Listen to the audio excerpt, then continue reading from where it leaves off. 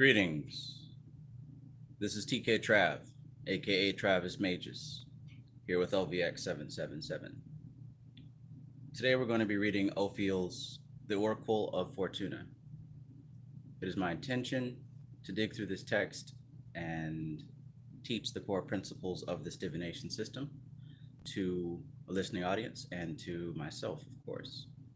So, as usual with these readings, the PDF can be found in the description below.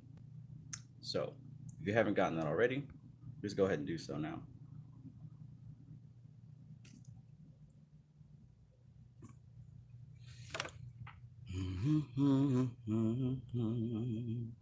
Greetings. 305 Capricorn. I see you every time. Welcome aboard. We're gonna get this thing started. I was supposed to do this last night after dinner, but I had my early Cinco de Mayo at a restaurant called Cilantro's, and yeah, I wasn't of much use after that. So yeah, welcome. Come on in, everybody. Hopefully, you've already got the PDF. Turns out that this is actually a pretty short text, so it won't take until midnight. It might just take maybe 2 or 3 hours, but yeah, I think that this is really, I don't know, pertinent to what I'm studying right now, because right now I'm getting into how the tarot relates to the Kabbalah. So I think that this PDF here will fall right along with that. Also, in another book that I'm studying on advanced magical techniques, we're just now getting into the Tatwas system, and that's also going to be covered in this book. So yeah, a lot of birds are going to be covered here. A lot of birds will be hit with one stone. You know how the saying goes. Anyways, I'm going to flip my camera around so we can get to this PDF. Man, it shouldn't be this exciting to read a book, but it is. So I got my peach tea. Know what I'm saying? With a little bit of sea moss. You feel me? I got my peach Red Bull, certified by OPHIEL himself. You know what I'm saying? And yeah, no music this time because I don't want to get copyright flagged. So let's flip this thing around and get this thing started right.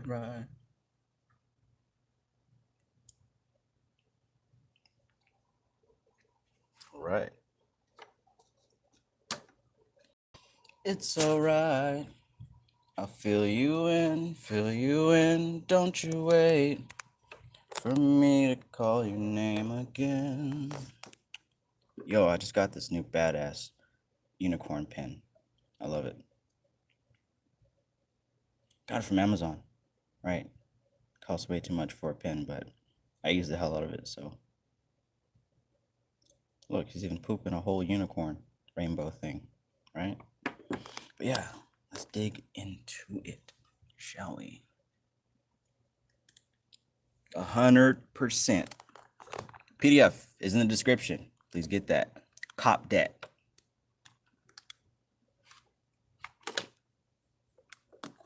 Because it might not be the best to see it from my screen. I'm just saying. But angle it as best as possible. You feel me? Yeah, interesting cover art we got there.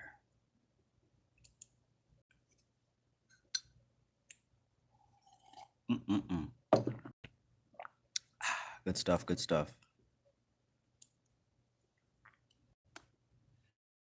Ati, good to see you. Lee Marie Davis, keeping up in them studies. Good to see you. Emmy, welcome. Queen Zuri, welcome again. Moldvox, salutations. 05 Capricorn, yes, we are still doing movie night. This book is pretty short, so we will definitely be finished in time. Raw Force, greetings. Generational Intricacies, good to see you. Can of Mana, welcome. Unicorn, oh yes. How you doing, Alex Cuckoo? George Thackeray, I saw your freestyle yesterday, bro. Good stuff. Gerald Som Bright, what's good?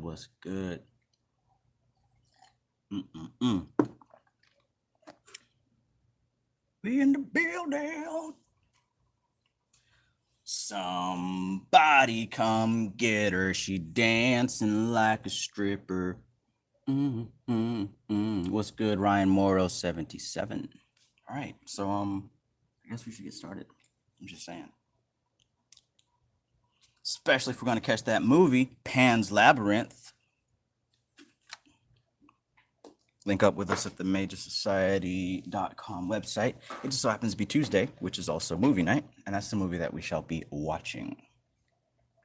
Somebody come get her. She's dancing like a stripper. I said, yep, what a concept. I could use a little few myself, and we could all use a little change. Well, they stop coming and they don't stop coming. All right, let's get down to it. You did not come here to hear me sing, and if you did, you came at the wrong year. So, all right, The Oracle of Fortuna by OPHIEL. Now, this is about a sweet divination system using the elements and the tree of life and all that good stuff.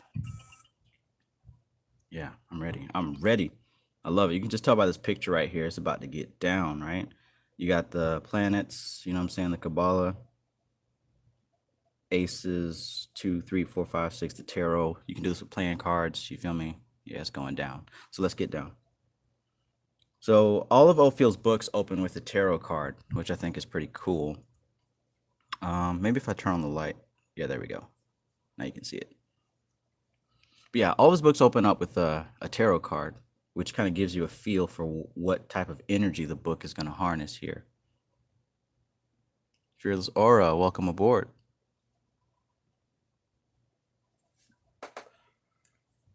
All right.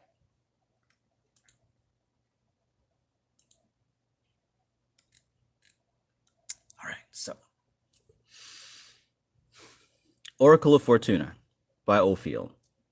Also the author of The Art and Practice of Astral Projection, The Art and Practice of Getting Material Things Through Creative Visualization, The Art and Practice of the Occult, The Oracle of Fortuna, The Art and Practice of Talismanic Magic, which we'll probably be reading next, The Art and Practice of Clairvoyance, The Art and Practice of Kabbalah Magic, The Art and Practice of Contacting the Demiurge. We read most of those. Vignette essays on the occult, correspondence courses, occult lectures on cassette tapes. What? He had cassette tapes? Oh, I've got to find those. All right, so let's get to it. Here's the preface. Or as those who don't read books would say, the preface. All right. Countless fortune-telling systems have been created since the beginning of civilization, all purporting to give to man some guidance for the future. Many of these systems were pure fake, but they were based on a hope, and sometimes this hope alone was strong enough to make the system work. This Oracle of Fortuna is genuine. It works. It gives guidance and answers to questions that are properly set up according to the instructions given in this book. It can help you greatly through life and living. OPHIEL does not claim that this oracle will make you rich overnight or that it will solve all puzzles. No fortune-telling system ever existed on this earth plane that could do that. This Oracle of Fortuna will, however, give good guidance and answers to specific questions and will also provide many side hints as to the circumstances surrounding the nature of the questions. The Oracle of Fortuna is based on the Kabbalah, the foundation of all Western occultism and magic. The Kabbalah system is admirably adapted to Western bodies and minds, and its study is facilitated by your mastery of the knowledge of this oracle. Real study of the oracle can lead you into the real inner depths of the occult and to the development of your natural, inherent psychic powers. Can you believe that everybody has the opportunity to develop their psychic abilities, but we believe that it's just available to X-Men? Welcome aboard, Cassie. Good to see you. Waiting to hear some of your music as well. Raymond L., greetings. Canamana says, Kabbalah with a C is more like Rosicrucianism, more like Christian mysticism. I would really pay absolutely no attention to whether it's spelled with a C, a Q, or K, or whatever. Don't get trapped up by such an easy throw.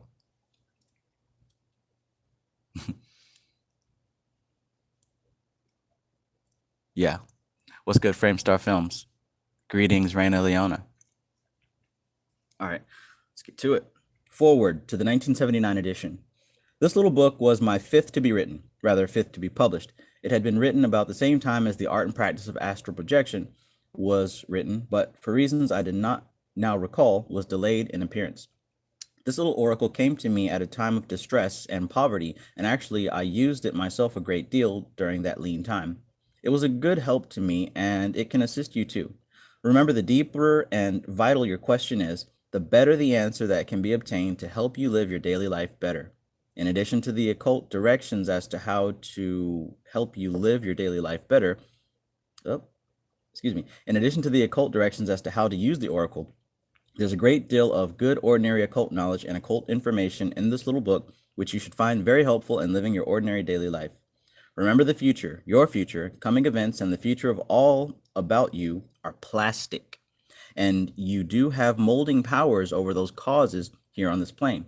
To repeat, to change, deflect coming events so you can dodge or evade or avoid them. To those of you who are short of supplies for your daily life living necessities, I wrote a book called The Art and Practice of Creative Visualization, for short. If you cannot afford this book, I will send you, upon receipt of 25 cents, 3 simple methods of using your powers of creative workings to bring you supply. Studying these methods should start you on the road to prosperity. It worked for me, and I am not a natural by any means. So go to it. Go, go, go, go. OPHIEL. If you notice, OPHIEL is way more about making sure that you understand how to do this work than he is about collecting your money. Isn't that beautiful? I wish we could say the same about many of our spiritualists today. Another thing to note is that he and many other occultists start with developing visualization. That's got to be the first step, learning how to visualize. If you can't do that, the rest of the stuff is just cute and fun and interesting, but means nothing to you. Visualization is super key. All right, dedication. This book is lovingly dedicated to all those who have helped me by attending the lectures and by buying and reading these books, and who, I hope for the sake of the work, will assist in opening centers all over the country. Centers where hard-working knowledge can be given out. Knowledge which liberates from the darkness of ignorance. OPHIEL, August 1973, West Hollywood, California. See, this is why me and OPHIEL get along so well. I love this guy. Okay, key to the front cover symbolism. Begin at the top of the picture and work your way down.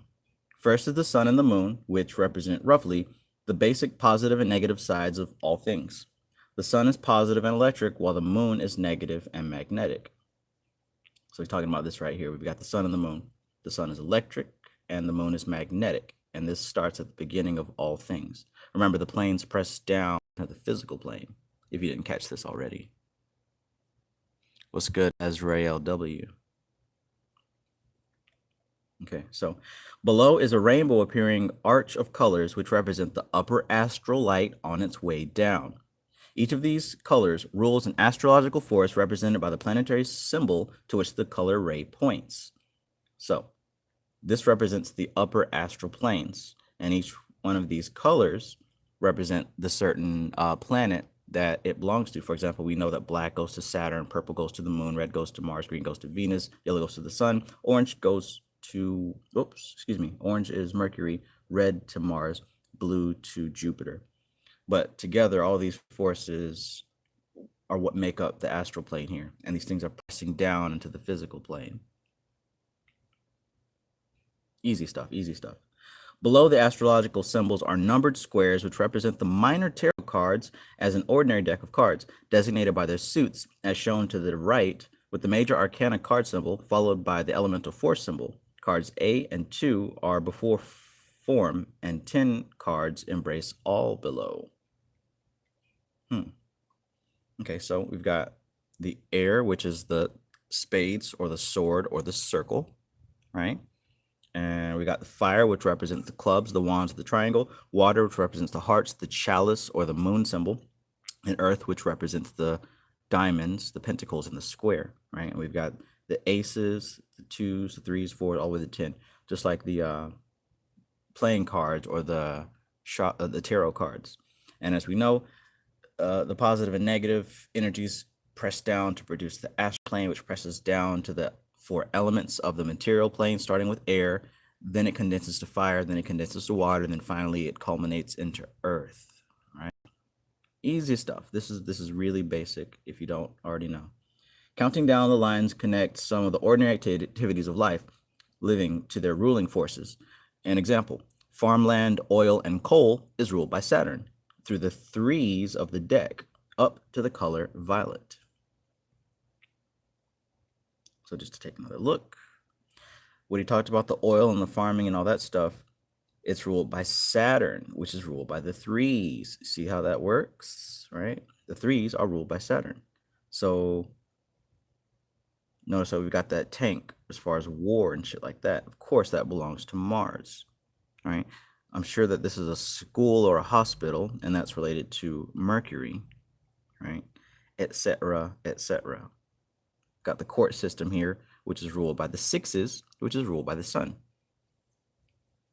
right? And if you don't know already, ace is referred to Kether, 2s refer to Chakma, 3s refer to Bina, which is Saturn, and then the 4s go to Chesed, which is Jupiter, 5s go to Geburah, which is Mars, 6 is to Tifereth, 7 is to Netzach, 8 is to Hod, 9 is to Yesod, and then 10 is to Malkuth.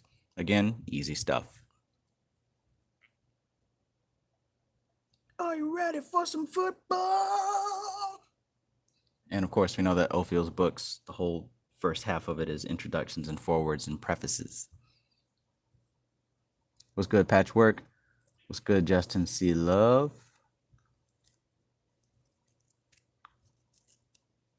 All right. Tree Marie, welcome. Of course, you know where to get the PDF. We are on the page 9th of the PDF. All right, so forward. Endless books have been written about the occult. What is the basic motive for the writing of an occult book? Is not the basic raison d'etre of an occult book a search for knowledge, a formula, a key, a touchstone, an open sesame that will unlock the mysteries of existence, outer physical plane existence and inner physical existence and otherwise? Yet, when you examine the occult books already written, what do you find? You will find endless dissertations and perambulations up and down and back and forth and all around the subject, but ending in no real practical, usable, workable knowledge as to how to harness this possible power of the existence of the inner occult world in any manner either as a benefit or, much less, a detriment. Having written this book, I am looking for a different kind of reader than the usual occult dilettante. I am looking for a reader who wants to accomplish something definite along occult lines, to gain something that he can use to benefit himself in whatever way he finds necessary for his physical well-being and happiness. Long ago, I arrived at the dismal conclusion that it was impossible to find out anything real about God and the universe, what it is all about, through ordinary means and practices, especially through the study of what occult books were available and through organized occult groups now existing, including churches. So I decided to start a new search along a different line. The one thing that I was really sure of was that man possessed some natural powers. The knowledge that man had some real natural powers was the only real thing that I was really sure of. I decided to study the powers of man, to see if they could be extended and developed, and to see where that development would lead. I think it will lead straight to God. What's up, Stray Panther? What's good, Junebug? Asar Jason, greetings. Wiju Gabbana, hello. To that end, I wrote my first book, The Art and Practice of Astral Projection. That book was a directed study of man's projection powers and of his ability to enter the inner planes at will, and through entering them to begin to use his knowledge of them for his well-being, that by understanding and using the inner planes, he could understand and use the outer physical plane. This is my 5th occult book. This book is about a simple system of divination. Your continued use of this little divination system should enable you to feel out the future to some extent, and thus you can receive much enlightenment to help you in your daily life living. Master this little system and use it for the rest of your life. The Oracle of Fortuna does not tell your fortune. Very few of us have any future fortune coming to us except what we make for ourselves. However, any information in advance which we can get to give us a feel for future, probably coming events, is of great value to us on daily living. As will be explained fully later on in this book, the unseen inner plane forces, which mold this outer physical plane, can be likened to the winds, and are also likened in Greek mythology. And to know which wind is blowing from which direction enables man to adjust the sails of his being accordingly, and thus keep advancing toward the goal of his fortune, even though temporarily the winds are against him outwardly. In striving to make your fortune, to make the kind of physical life you want, it is possible to greatly assist yourself by occult powers gained from occult study of occult knowledge. I try hard to write books which contain occult knowledge which can be turned into occult powers. One of these books has been noticed. Another book called The Art and Practice of Getting Material Things Through Creative Visualization has also been printed. This book should give you vital knowledge about your greatest natural asset, your imagination. Following this knowledge, you can attain to mastery of the powers of your imagination, and that can be a tremendous asset in living this physical life. The study and acquirement of the powers conferred by the assimilation of the occult knowledge given in these 3 books and others now in print should put you close to the top of the control of things physical. Your future fortune is in your own hands. So go, go, go. I love it. Number 5. Number 13. All right, so this book is actually pretty short, so we should finish within 2 or 3 hours. Oracles of the Past. Wow, we're already halfway through. This is, yeah, interesting. Okay, so let's begin. Oracles of the Past. Certainly, at one time or another, all of us have fervently wished that we had at our disposal an easily used, accurate system of divination which we could use to foretell something about our immediate future, which foretelling would help us over many a difficult spot in our life. During the course of my years of occult study and research, I did discover just such a divination system, although I was not actually looking for such a thing at the time. I discovered that a certain game of solitaire was originally a self-worked, simple system of divination that, carefully used, does give quick, fairly accurate answers to questions of personal importance. The nature of the answers given are such that they can be of great help and use to you in regulating your daily life's activities. I call this little system the Oracle of Fortuna. All of the equipment you need to work this little system is a new deck of playing cards. Oh shoot, I should have had one. That's all good. We know what cards look like, right? 7 small cards called the planet cards, painted the correct colors, and 4 large cards called the elemental cards, painted in the correct colors, plus the divination instructions. I've written this book to give you this system, and I hope you most sincerely will learn the system, use it, and benefit thereby. In ancient times, the most famous oracle in the then known world was the Oracle of Apollo, situated in a Greek location named Delphi.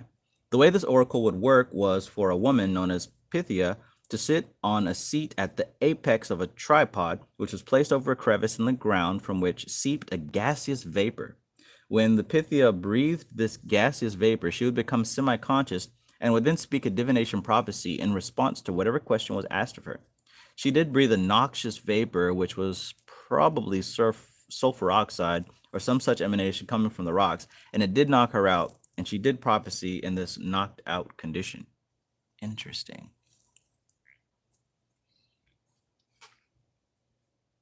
However, I have since learned that she also chewed bay leaves, fresh young bay leaves. I am told that these young bay leaves contained hydrocyanic acid. Even getting a small dose of this acid would have the effect, also, of half knocking her out.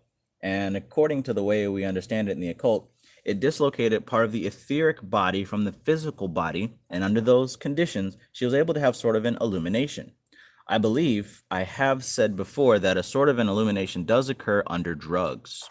Eventually, this woman, the Pythia, would become poisoned or sick from the poisoning, or break down or go insane, and when she would be discarded. and then she would be discarded. I understand she was usually a slave and that she was trained for this sort of work along with a group of slaves. The prophecies, however, were never given in plain language, but were always given in some kind of veiled talk statements that took some thinking to interpret correctly.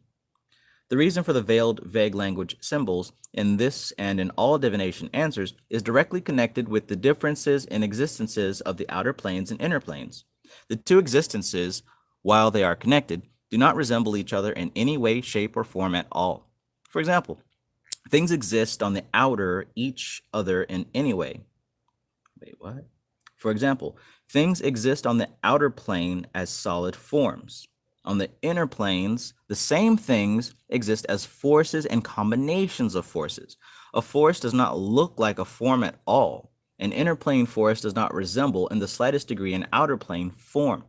It takes a terrific lot of metaphysical knowledge, practice, understanding, and ability to interpret an inner plane vision so as to make practical application to an outer plane form reality. So yeah, this is just like when you're looking at your dreams. Just because you dream about a certain thing, it's not exactly what you're dreaming about. It's the energy behind that, right? Because your imagination interprets the energy that you access in these higher planes. So when you dream about a frog, it doesn't mean that you're going to see frogs. You got to analyze how you react to the energy of a frog. Why would your subconscious mind bring up that image? There's something behind it, right? This is why you analyze, how do you feel about frogs? What event happened in your life to deal with frogs? Things of that nature.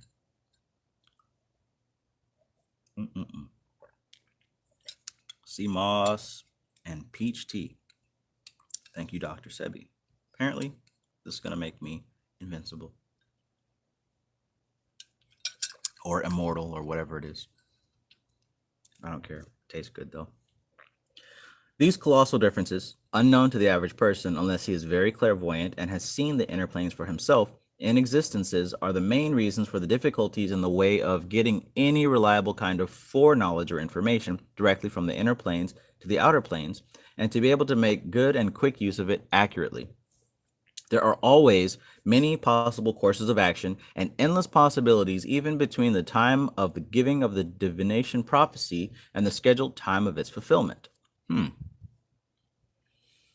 It has just come to my attention, as a further clarification of the above ideas, that the main reason why the prophecy seemed to be so difficult to understand was that the solutions requested by the one who asked the oracle questions always came to the divine, or the pythoness in this case, in the form of feelings. They never came in the form of words. This idea has been brought out more fully in my book, The Art and Practice of Clairvoyance.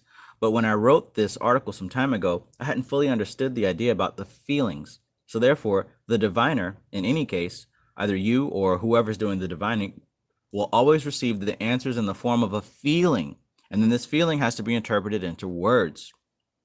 So, considering all these out of the world things, it's really a miracle that any good, practical, understandable foreknowledge can be gotten through at all. Indeed, the amount of useful life-helping knowledge, information that has gotten through in the past history of man has been definitely limited. And yet, I repeat, the difficulty has not been the lack of available divination knowledge, but the lack of practical psychic physical ability to interpret this divination knowledge accurately. In the Oracle of Fortuna system, however, you're not going to have to struggle to understand divinations as given by and through words and language. You're going to learn to interpret through and by symbols. If this should sound difficult to you, don't worry, because it is not difficult. There are only 4 symbols, and these 4 symbols will be explained to you thoroughly. Also, each symbol has a key word for it, and the key word is very suggestive. I assure you the symbol interpretation will be easy to learn and to use. In regard to the basic idea of receiving help and assistance from information coming from the other side of life, the inner plane side, the question, just how valuable can this be if and when it is interpreted correctly, can be asked. A good sensible answer would be the following story in the previously referred to prophecy of the oracle at Delphi. The foreknowledge that saved a nation is included in this historical facts that are as follows.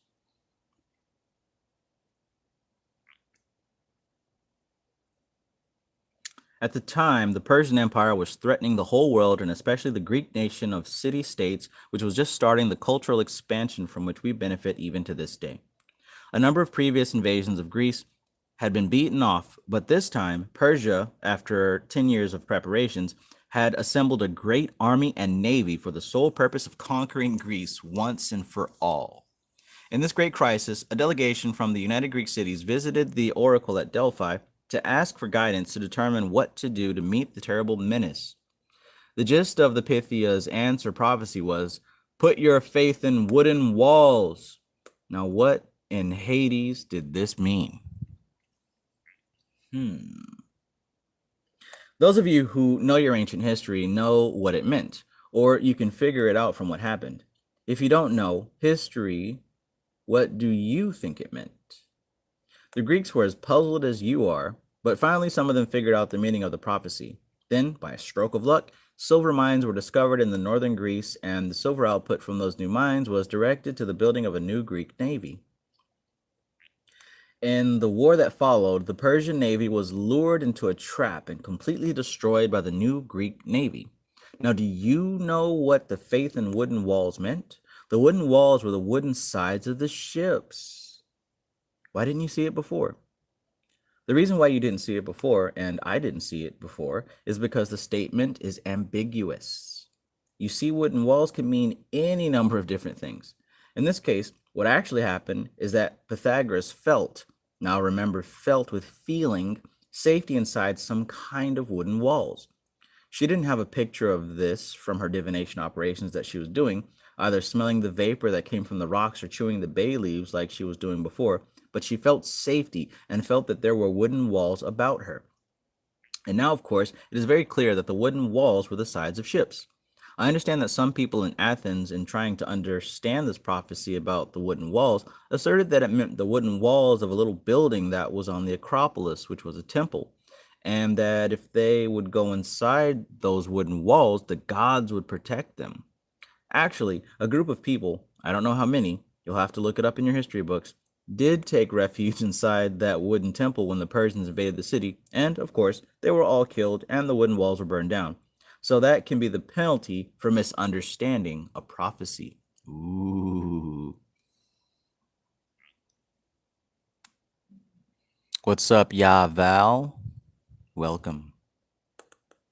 The oracle was not dumb. If the oracle had known what the prophecy meant and had set out plainly, build a large navy and you will win that war by means of this navy, the Persians would have heard of the prophecy and would have avoided the trap. So there you are. Figure it out for yourself. Do the work. This same thing is, in general, what you can expect to run into in any attempt to get information from the inner planes and to apply it to the outer planes. However, we should not have complications like this with the Oracle of Fortuna. The Oracle of Fortuna gives good answers to good questions by means of easily read symbols, which you should have no difficulty in easily understanding and interpreting correctly if you will study the following knowledge information and master it. As students of the occult, I trust you have heard of the tarot cards. If you have not heard of them, it will be necessary for you to learn something about them. There's a book called The Tarot by Paul Foster Case, which gives most of the ordinary information about these cards, especially the so-called 22 trump cards. I would advise you to get this book and study it, as the knowledge therein should be known to you as part of your occult knowledge information, although the book has its limitations. Hey, somebody in the chat, if you could go to Amazon and see how much this book is. The Tarot by Paul Foster Case. If it isn't too much, then I might get it myself. The Tarot by Paul Foster Case. Somebody check that out, please. Okay. It would be possible for you to use the actual tarot cards for the playing of this divination system. But, as you know, playing cards are made so that they can be used or read correctly, no matter which side comes up as they are dealt out, while the tarot cards are pictures of only one side up all the time.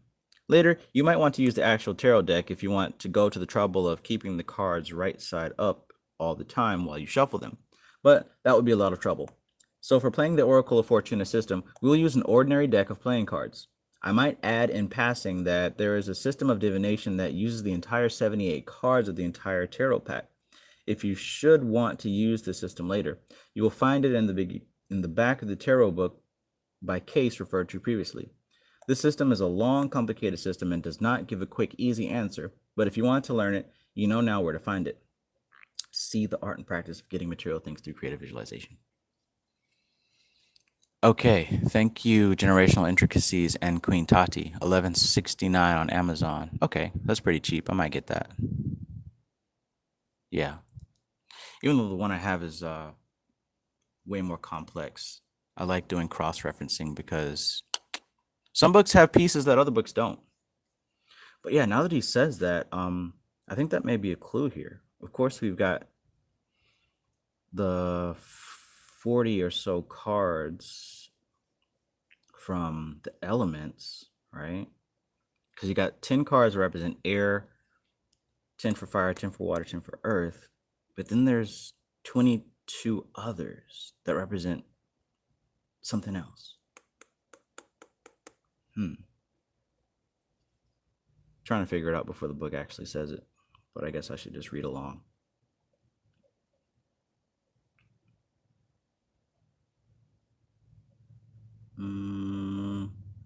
Just checking something here real quick. Yeah, here it is. All you need to write this little system is a new deck of playing cards, 7 small cards called the planet cards, and 4 large cards called the elemental cards. So it's 11. 11 times 2 is 22. So that would make sense. The trump cards would have something to do with the planets and the 4 elements. Interesting. We'll get to it though. All right. Yeah. Framestar Film says 22 passed on the tree. Absolutely. But I'm trying to see how OPHIEL is going to place it.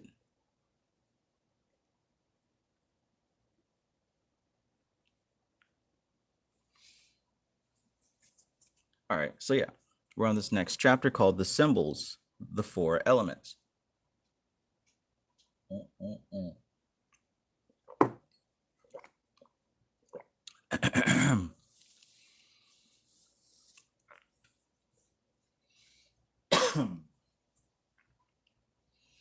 Brown Nature 9 says, the title of the tarot again, please, viewers. If you're looking for the title of that book, it's called The Tarot. That's it, The Tarot. And the author is Paul Foster Case. Apparently that gives a little bit of the basics on the tarot cards. It's always good to know the basics, especially before you try to look at the advanced stuff.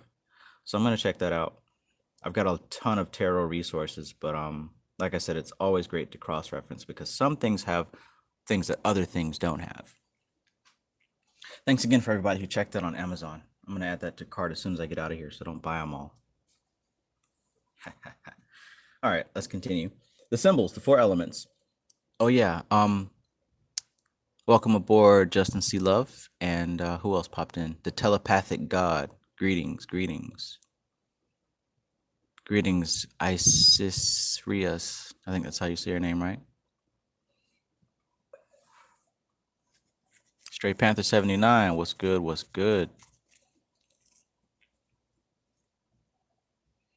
All right, so it is through the 4 elemental forces that the oracle draws its power to foretell. Naturally, as students of the occult, you know that the above named forces are not the actual physical air, fire, water, and earth. These names are but the names of the forces from which the physical world is instantly and continually created. That is, these forces are the building block materials from which the physical universe is built. Or, as the old magic books say, the air, fire, water, and earth of the wise. These 4 elemental powers or forces are the entire basis of the physical plane world. What's good, Asar Jason?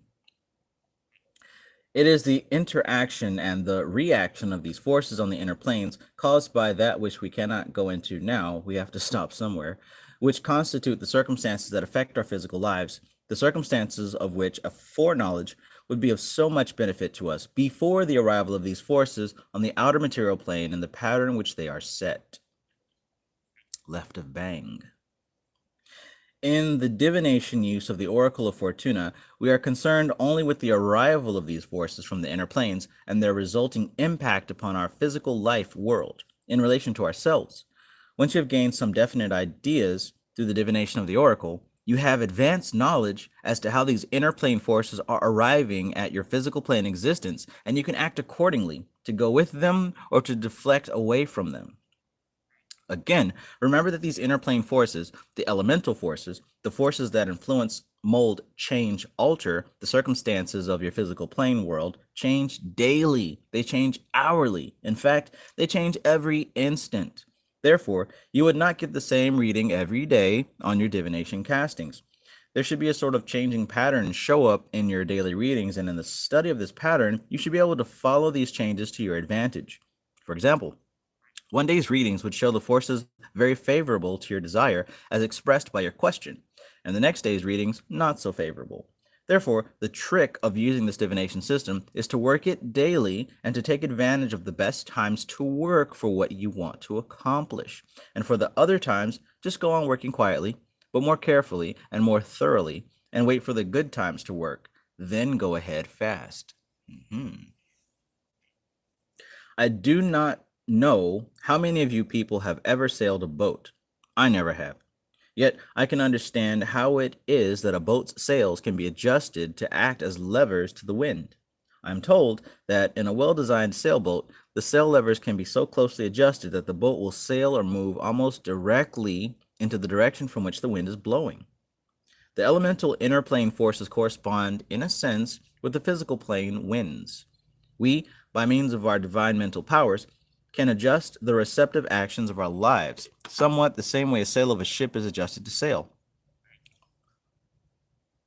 The same way a sail of a ship is adjusted to sail our lives in the direction we want to go, making progress in our chosen direction, even against apparently opposing forces coming from that direction and seemingly closing all progress in that direction to us. Then, when we learn from the oracle that the winds have changed, again, we alter ourselves to the new direction, and so, through foreknowledge, we can always progress toward our life's goal. Interesting analogy. Ulysses Smoot, greetings. Ha, the good meat of the bull. Nice.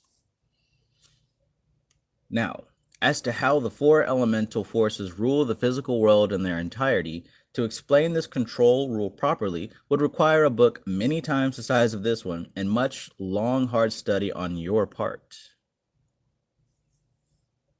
Since this book has been written, other books have been printed and are on the market as aforesaid, which go into and explain the nature of the elemental forces and their actions much more fully.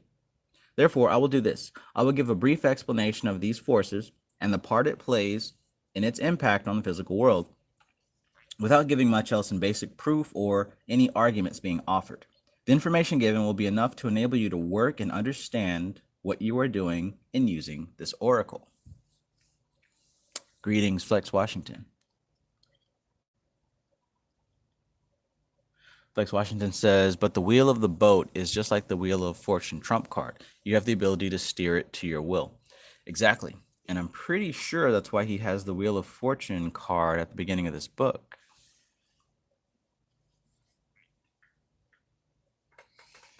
All right. I don't want this peach Red Bull to get warm because that's gross.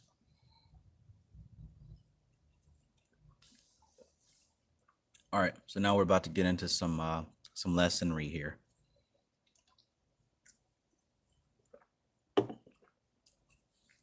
The four elements.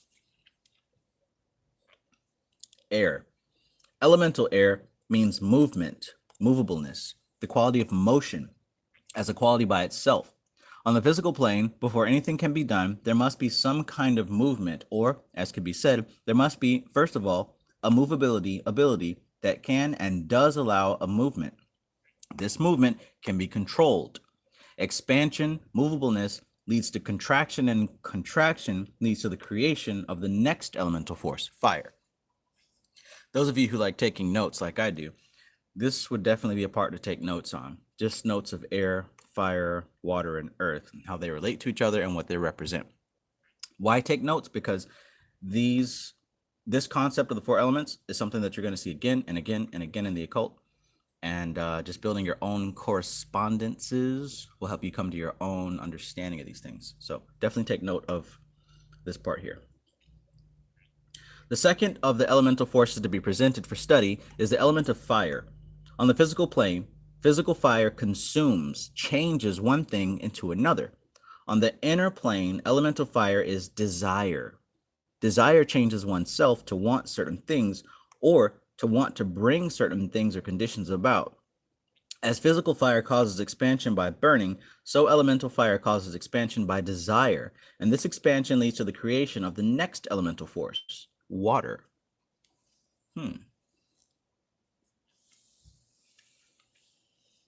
Water is the beginning of solidification, the beginning of definite hard forms.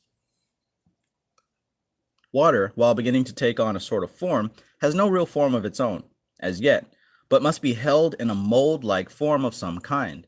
These mold forms are imagination mold forms, and into these forms is poured the liquid, semi-solid contractions of the previously created desire images, to be held here before the final stage of contraction is reached. Therefore, the symbol for water is the cup form that holds the water until the water hardens into the final element of earth. For those of you who were here before when we were reading The Art and Practice of the Demiurge, should start to be seeing the secret formula take place here. Hopefully those of you here viewing are able to see that, because I don't want to quite give it away just yet. The fourth elemental force is earth. Earth is solidity, non-movableness, inertia, resistance. In earth, all desirable material qualities of all the previously created desirable movableness contraction to form and forms exist for you to use and to make you happy. All right, so what we've got here are the 4 elements, and here they are in order of how they manifest, beginning with air, which is motion, right? Anything that starts on the physical plane must start with movement, and it's not necessarily physical movement, it's also movement of thought. Essentially, that's what this is, thought. All right, now this movement leads to expansion, right? And that is fire, right? So the second element of force is fire. Fire consumes things, it changes things. On the inner plane, it says that fire is represented by desire. So first you've got your thought, then you add your desire, right? This almost sounds like a formula. Now, just like physical fire causes expansion by burning, elemental fire causes expansion by desire, and this expansion leads to the creation of the next force, which is water, right? And it says water is the beginning of the solidification, right? This is the beginning of form, but it doesn't have a form itself. It must be contained by something, right? So this is a force that's slowly becoming solid. It's slowly materializing. The visualization is slowly becoming a thing, but it still needs to be contained. Now, the final element is earth, and earth is the solid form that this initial air has finally manifested into. This is the process of how things are created. All right, so next paragraph. It will be necessary for you to ponder on these 4 elemental forces and to figure out for yourself more meanings for them, meanings which pertain to you alone and for your own personal applications. Everything that you have not in life that you need to make you happy is in one of the elemental states now and can become earth, your earth. All right, you get that? Whatever it is that you want, or should I say desire, right? Any of the things in your mind are in one of these 4 states. It's either a thought, it's either a desire, it's either starting to form, or it's already here. It's in one of these stages. And if you figure out what stage it's in, you can figure out how to channel it into your reality. Interesting stuff. I love it.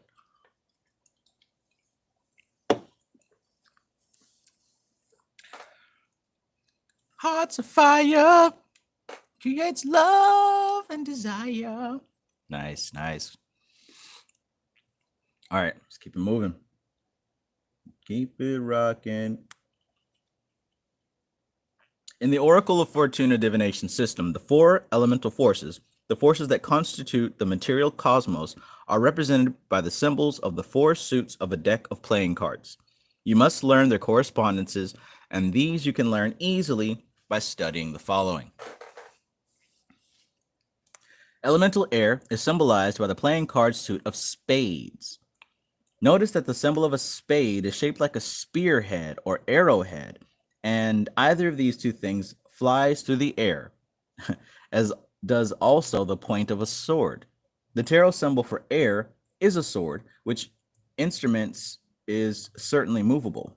The word spade does not come from the digging tool, but from the Spanish word espada, which means sword.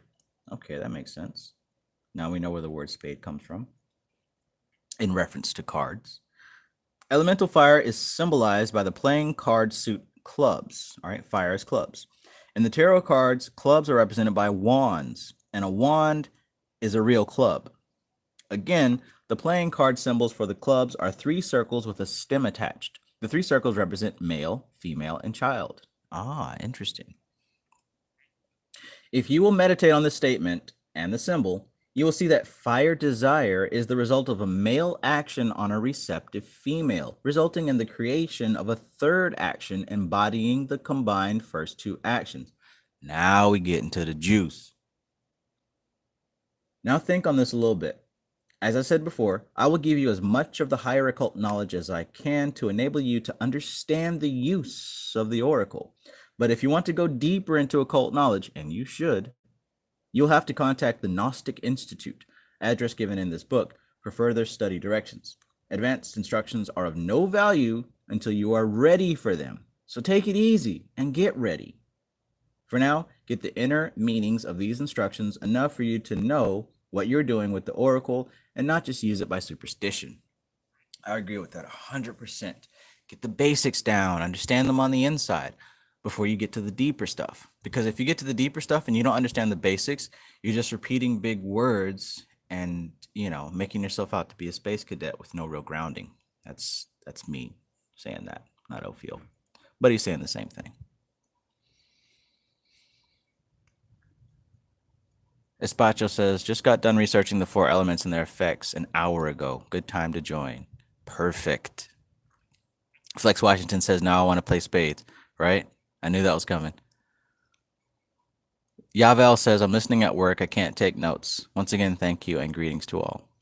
Yeah, take mental notes. Like I said, the four elements and their concept is going to pop up every single time you look into the occult. If you don't, you're probably not studying the occult. But just keep in mind that it actually means something, and it's not actual fire and actual air. It represents a quality, right? Like it said, fire represents a certain desire. And what does desire do? And how does it relate to the element of fire? Just like fire burns things and transforms things, desire does the same. Fire out of control can do the same thing desire out of control can do.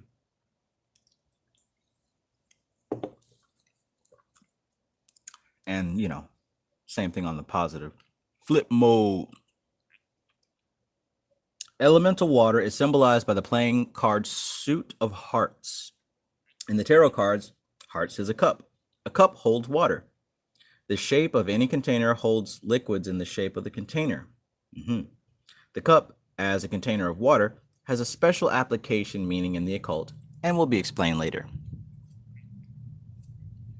Elemental earth is symbolized by the playing card suit of diamonds, and in the tarot card suit of discs or coins, diamonds certainly represent valuable earth things. Another name for discs is pentacles. Or as some who has never heard the word but only read it would say, pentacles. What's good, 47 Psychonaut? I will repeat the above for a little review. The four elemental forces are represented by the four playing card suits. The word suit comes from the Latin word sequi, meaning to follow, of a deck of playing cards. Viz. Air is also swords, is also spades. Fire is also wands, is also clubs. Water is also cups, is also hearts. Earth is also discs, pentacles, diamonds. Each suit consists of 13 cards numbered from ace to 10, and 3 court cards. Oh, yeah. That's right. That's what I was missing.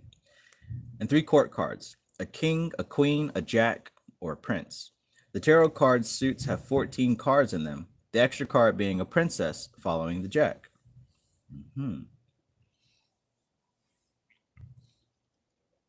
The ace of any suit represents the start of the operation of that element, from the inner planes to the outer plane. And the 10 of any suit represents the end of the operation of that element onto the physical plane. The numbers between 1 and 10 represent the grades or degrees of progression from start to finish of the development of that elemental force in regard to the use you are making of it. Wow. It should be noted, in passing, that all the numbers from 1 to 10 have assigned to them various gods in almost all religions, other than Christian religion. The following contains a great deal for those who will give this information study and meditation. All right, so we're going to know what the Greek names here. The Greek name of the god. The 1 represents the pre-gods, such as the Chaos Gaia Titans. So the 1s deal with the Titans. It also deals with Kether. 2s deals with Uranus. 3, Saturn. 4, Jupiter. 5, Mars. 6, Apollo. 7, Venus. 8, Mercury. 9, Diana. And 10, Pan. Right? Pan. The goat god. Baphomet. Your good old brother Pan. Please note that 1 and 2 are the same gods. What? The Titans and Uranus are the same gods, because Uranus was a Titan, right?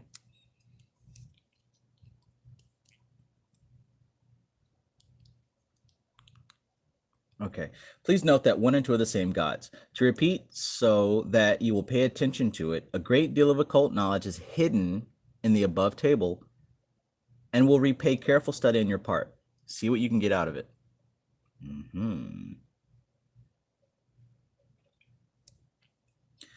As most knowledge of the occult processes is sometimes difficult to quickly assimilate, I have formed the idea, in my presentation of the subject, of having quick reviews of newly presented material as I go along. I feel it is better to have these frequent little reviews than to give out a mass of knowledge and carry it through to the end without a break, not giving the student a chance to catch up on his thinking as we go along. Therefore, we will review the previous knowledge again briefly. The 4 cosmic elemental forces constituting the physical universe are symbolized and represented on the physical plane by the 4 suits of an ordinary deck of playing cards. The ace of each suit represents the start of that respective force of power from the inner planes. The ace of spades would be the start of the element of air, and on the outer plane, the start of a movement towards what you wanted.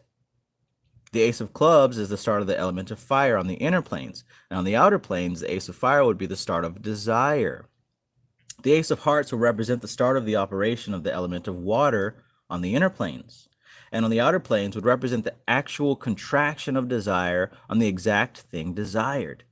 The ace of diamonds would represent, on the inner planes, the completion of the securing and of the thing desired, and also the same securing on the outer plane. There are, in addition to the above, 1 to 10 cards of the 4 suits, 3 court cards of each suit, a king, a queen, and a jack or prince. In the tarot deck, there is, in addition to the king, queen, knight, prince, a princess. The tarot prince, knight, and princesses are the king and queen on a lower scale. As I said, the princess has been dropped from the playing card deck, and you will discover the reason when the following information has been studied.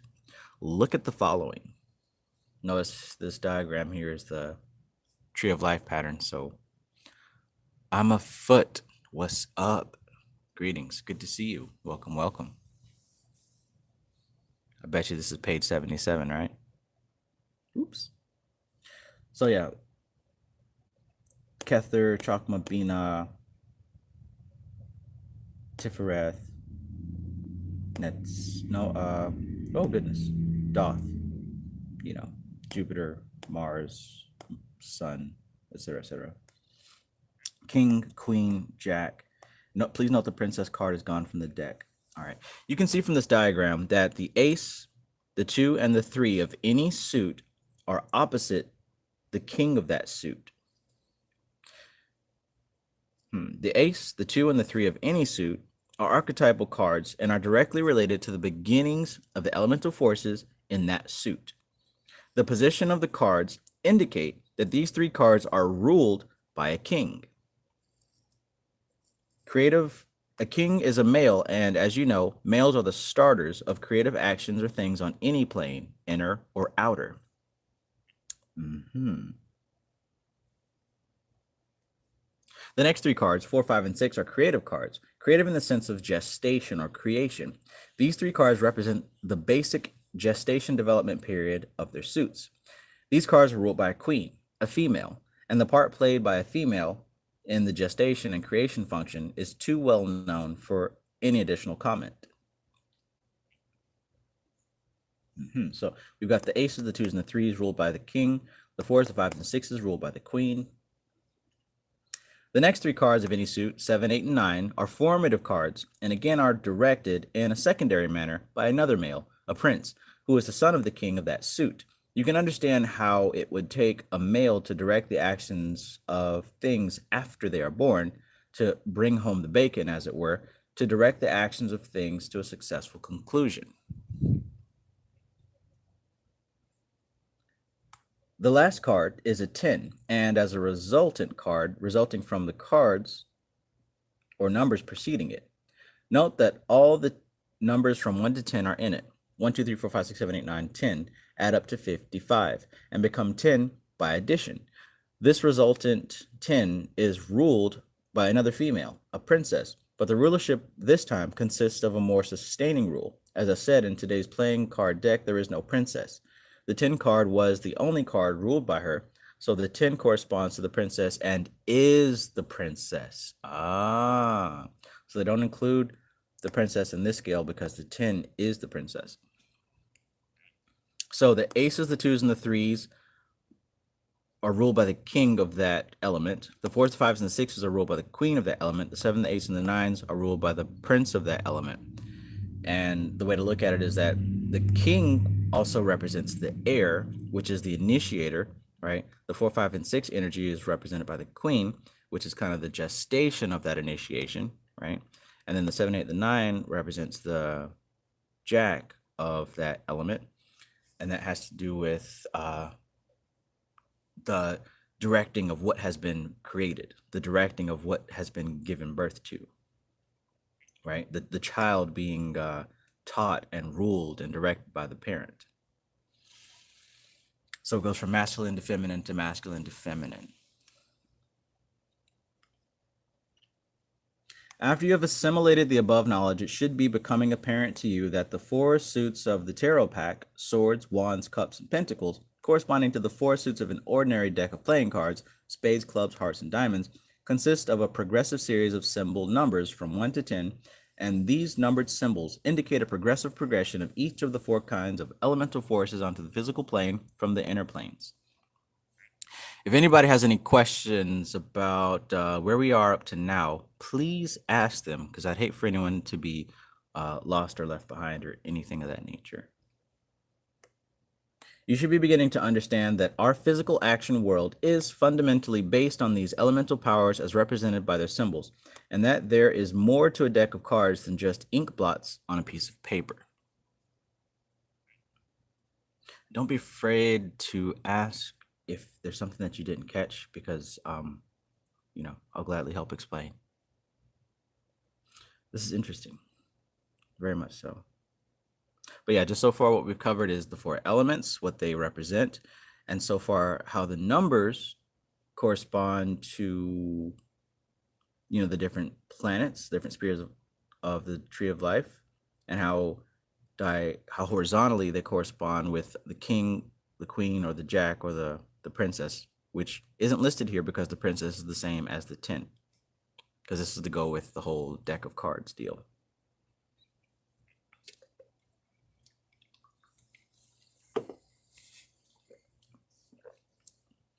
Interessante. Now that you have been given the above information, and you should understand it, I can tell you the actual way the Oracle of Fortuna operates. The 4 elemental forces and the 4 elemental force symbols are the tools you work with. The forces are there on the inner planes, and the symbols representing them are here on the physical plane, but they are attached to each other. And as the inner goes, so the outer. or some of us know that is, as above, so below. Therefore, when you secure a pattern of symbols through an oracle of Fortuna divination, you should be able to read from the order of the lay of these symbols how the fundamental inner plane forces are disposed in regard to the question you're for asking. You can then act or not act accordingly. This information should help you greatly through life. What more could you ask for? Remember, as the inner goes, so goes the outer. 369.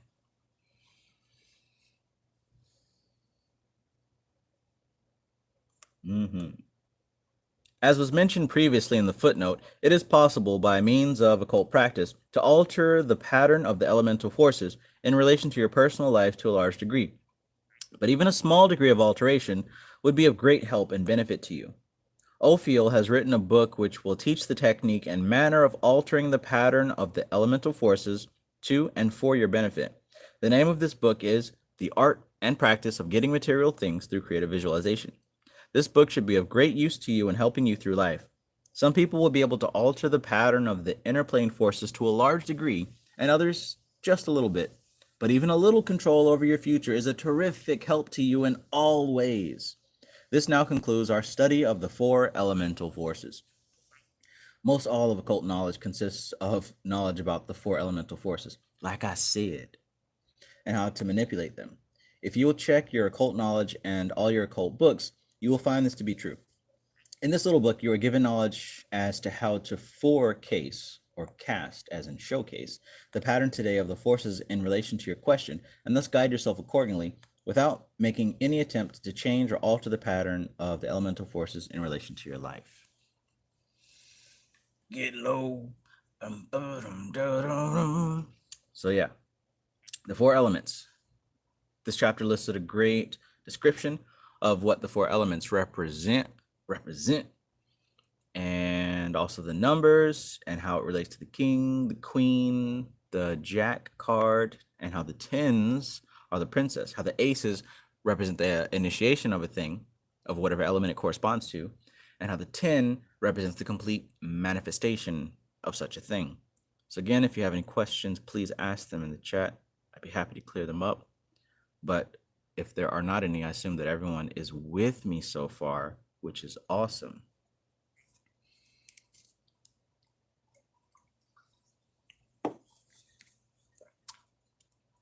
To the window, to the wall, to the wall, to the sweat drop down my balls. All these bitches, oh, skeet, motherfucker. Oh, skeet, goddamn. Why? Why was that a thing? Oh my God. Gotta love this country and this time period and the people that make these things happen and continue them. L. Lee asked a question about 15 minutes ago. Earth, wind, and fire. I wonder what water did to be left out. Well, you can take earth and you can light it on fire and it can produce wind, but water doesn't really help with that. At least that's my interpretation of it.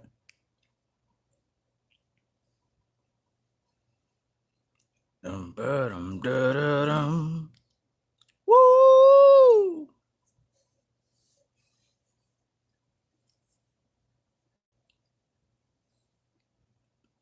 Oh, ski, goddamn. Why? Oh, man. Let's stay back here. Okay. Now we covered the 4 elements. We're going to get to the planets. All right. From 4 to 7. The symbols, the planets. We will now consider 7 other factors that are closely connected with our lives on the physical plane and affect us in practically every way and in everything we do. These 7 other factors or forces are known to us more commonly by their planetary names. Actually, they are modifications or combinations of the 4 elemental forces. And I will repeat again that any and all occult force, power, or what have you is some combination of the 4 elemental forces. There is another elemental force called Akasha, but this Akasha does not appear either in the playing or in the tarot deck. Akasha is closely connected with the inner plane existence only, and I refer to it to complete the record and to indicate to those who know about it that I also know. I love this guy. I feel like I could have been OPHIEL in a past life. I will say no more. The 7 other factors are called by their Roman planetary names: Saturn, Jupiter, Mars, Sun, Venus, Mercury, and the Moon. These 7 factors or forces have divided among themselves the rule of every living thing and action that a human being can do, can be, think, or be affected by. These rule divisions are not arbitrary, but pertain to the nature of the force that rules them.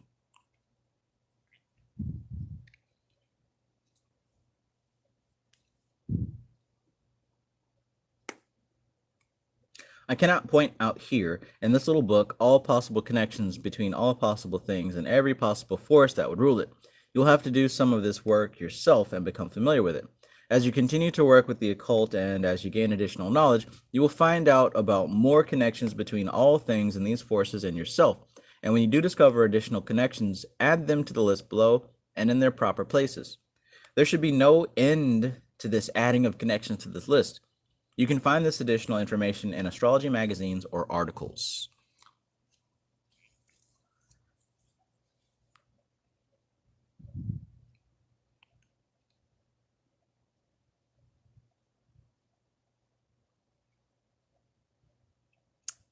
All right. Study the following tables: Saturn, basic relationships, family retainers, legal matters, things of the past, abstract science and philosophy, contact with Earth, sense of duty, printing, older people and old plans, debts and their repayment, real estate, agriculture, death, wills, stability, inertia, heavy metals, trees, landlords, builders, traditions, family ties. I gotta know how to demonstrate the effects of weight on inertia. Jupiter. Abundance, growth, generosity, dreams, long journeys, creditors, debtors, investment, abstract mind, benevolence, expansiveness, mature man, patience, honor, lawyers, guardianship, higher education, social clubs, good humor, respectability, starting a new enterprise.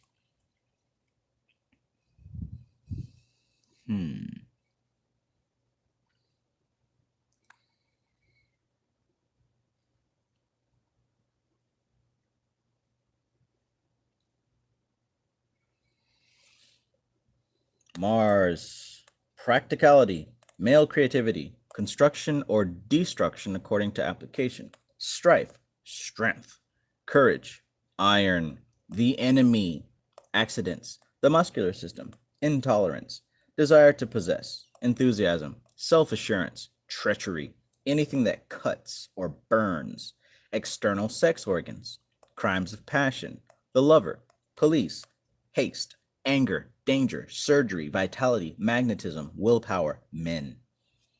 Sun, life itself, the father, inner self, desire for self improvement, the center, social prestige, public relations, display advertising, costume for display, gold, judges, health, fame, powerful friends, rich relations, superiors, employers, high offices, power and success, money, growth of all kinds, illumination, imagination, mental power, health, man.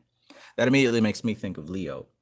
So, those of you who do know your astrological sign, which clearly you should also know what planet rules your astrological sign. And you should kind of hear a little bit of a description of yourself or your interests in the description of these planets as well.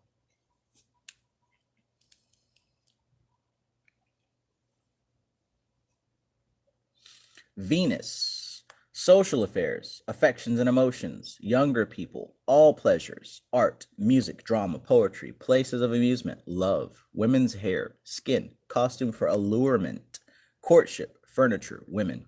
And this is like Taurus and Virgo people, right? Now we're going to get to my favorite and probably the best, which is Mercury, which is also Gemini. And wait, I think that Virgos are Mercury too. Yeah.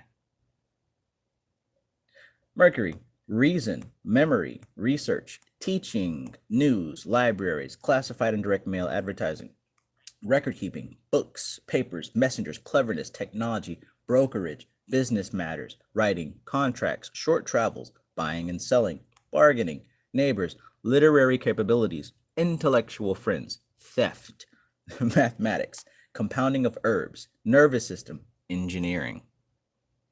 Moon. This is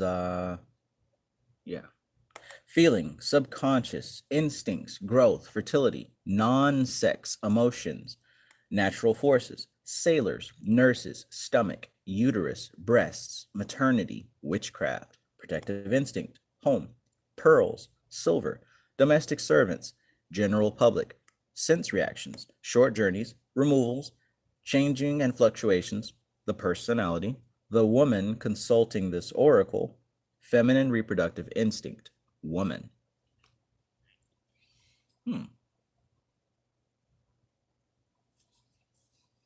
Mercury gang gang, says L. Lee. You're right. These, very briefly, are the attributions of the planets, under which everything and every subject in our physical nature or universe may be classified. Classified thus, we can manipulate our understanding of them. Actually, these 5 elemental forces pour out from the sun, and the 5 in 1 are actually called prana.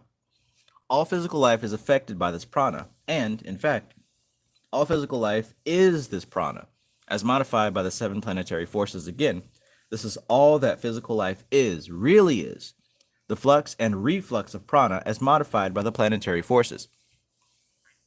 This is the end of the basic theory knowledge behind the Oracle of the Fortuna, and it now remains for you to learn to put this knowledge into practice.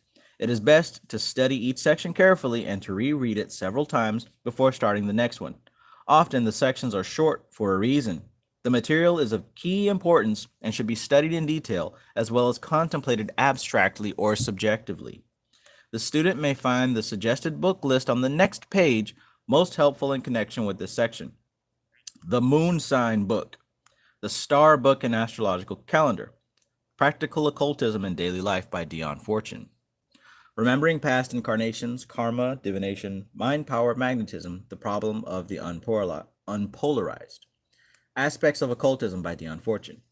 In specific, the chapters on the astral plane, the aura, God and gods, sacred centers, reincarnation, spiritual healing, Isis, and much more, including the death of Vivian LeFay Morgan, the central character of the novel Moon Magic. I might check that one out. I love Dion Fortune. Look at this one. The Mystical Kabbalah by Dion Fortune. The basic foundation of Western occultism, the yoga of the West. This is the only currently available book dealing with the work of modern Kabbalists. The Kabbalah formed the basis of medieval magic, but here you experience the Kabbalah as a system of illumination and practical occultism. Very important book. If you do not have it, have it. Synthetic Future asks, what about the shells? Clipot, is that the 5th? No. The 5th, I guess if you had to think about it, the clipoth, if you had to think about it, is akin to a seed, which is buried in the ground, and then a tree grows up out of that seed, right?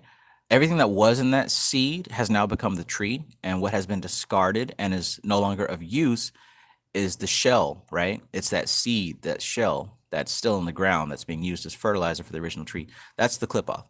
So there really isn't much that you can do with it, but as far as practical use and study, I would stay focused on the tree itself. There are a lot of things that sound interesting and cool, but there are very few things that are actually practical. What's good, Matthew Watson? Peace. What's good, Elijah Magic? All right. So far so good.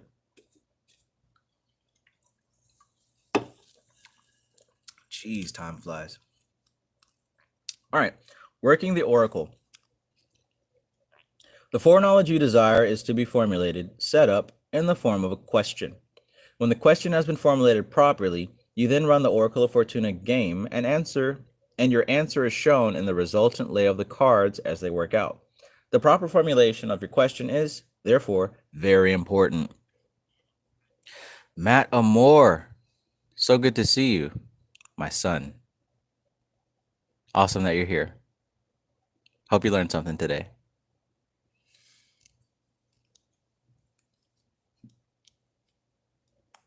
All right. When the question has been formulated properly, you then run the Oracle of Fortuna game and your answer is shown in the resultant lay of cards as they work out. The proper formulation of your question is therefore very important. In fact, so important is the correct formulation of your question that working out a good, right question will often throw a great light on the problem itself and often gives an insight answer even before the divination is worked and finished. Also, the more correct your question is in relation to the real inner meaning of what you actually mean or want, not just think you want, the more accurate your answer from the oracle will be. In fact, anytime you get an unsatisfactory reading, re-examine your question more fully and you may find that a different question is required. So this also goes for, when you're doing your tarot or when you're communicating with spirits or anything like that.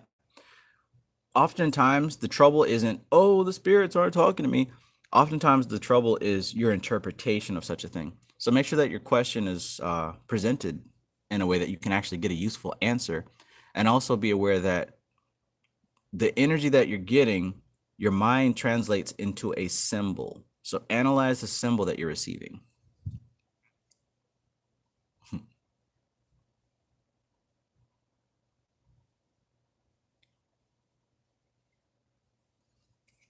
right, let's keep it moving. When reading for others, silly and frivolous questions should be rejected and or recast into a more sensible form. On the other hand, as the old saying goes, many a true word is spoken in jest. Otherwise, a Freudian slip, which means one sometimes voices one's true desires unknowingly. Uppity Unicorn, greetings, greetings. Good to see you.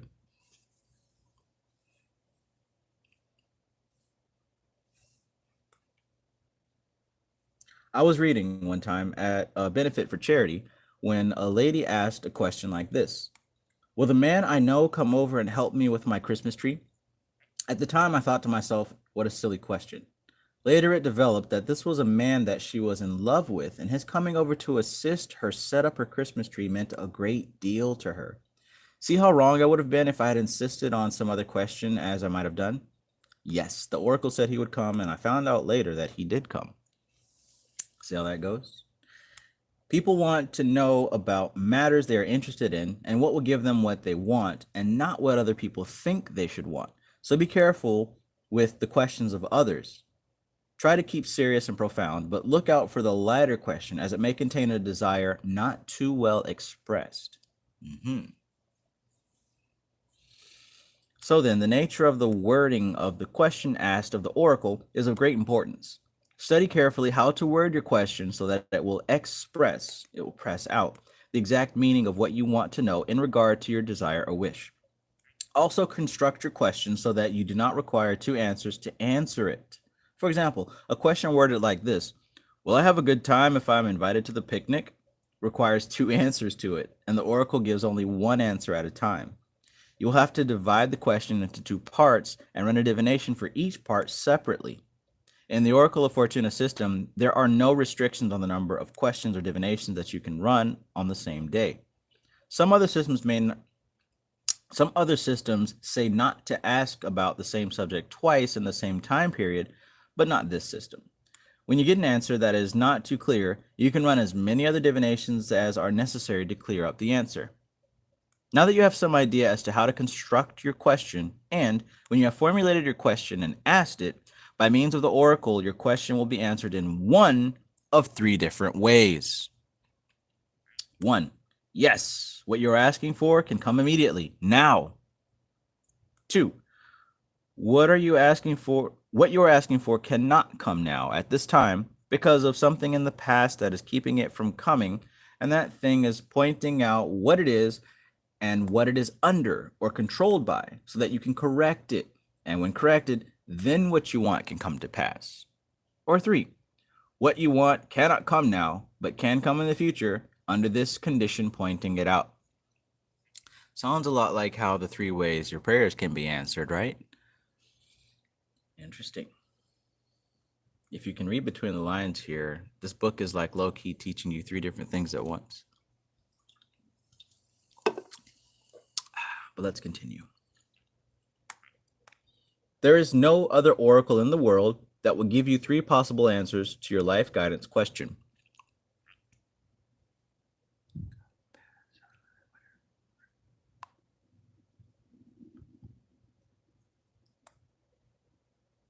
The third answer of telling you what is wrong and giving you clues as to how to correct it is one of the most valuable occult powers that I have ever found anywhere, and this one feature alone places in your hands a very valuable tool to help you out of many a tight spot in your lifetime of living.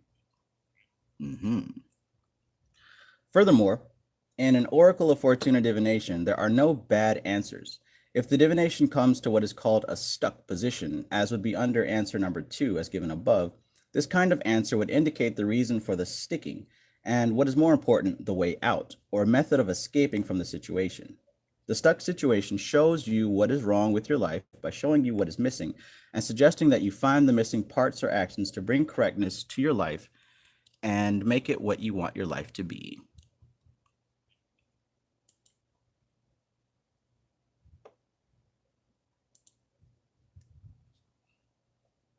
I want to repeat this.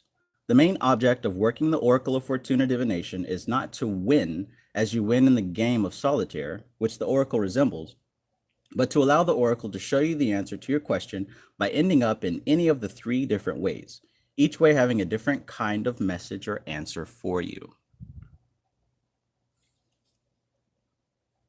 It is respectfully suggested that you reread all of the former sections before continuing. It is actually a good idea to reread each section before proceeding with the reading of any new material. You may find the references to past lessons confusing if the material is not fresh in your mind. The Oracle of Fortuna contains condensed occult material and must be read with great care lest it be considered too easy or unimportant. Now, as to the actual way of casting the Oracle. As I said before, the Oracle is cast somewhat as the game of solitaire, except some of the playing rules are different from the solitaire game. If you do not know how to play the game of solitaire, you'll have to get someone to teach you how to do it and practice until you get it down perfectly. Space limitations do not permit me to go into the actual playing of the game here. If you have someone to teach you the game, then show them this book first and ask them to note the different rules from the game of solitaire. Interesting. The first thing to do is to formulate your question accurately. I've gotten into the habit of writing the question down in a notebook and keeping track of the answers and how they worked out. Get yourself into this habit too. It is really useful and a big help. After you have formulated your question and made some kind of record for it, then start the divination by picking up the 7 planet cards and shuffle them as long as you feel it is necessary to mix them well and to get them into the right order for a reading. While you are shuffling the cards, keep your question in mind. When you feel right about stopping, then stop. Set the planet cards down and pick up the deck of playing cards, a deck you are keeping for this purpose alone. Shuffle these cards, keeping in mind all the time your question with moderate concentration, and when you feel like stopping, then stop. Now you have completed the shuffles. Now pick up the stack of planet cards and, keeping them face downward in your hands, place or deal them out one at a time, face up on the table before you, starting at the left and working over to the right in a neat row. Now stop and examine what you have done so far. You have laid out the planet cards in a row from left to right. Call them the number 1 to number 7 positions. Underneath the planet cards you laid out the playing cards in 7 rows too. Number 1 row has 1 card in it, and number 7 has 7 cards in it. Each of these rows has the top card face up, while the others are face down. Left over in your hand is a number of other cards. See the following diagram for a complete layout. Interesting.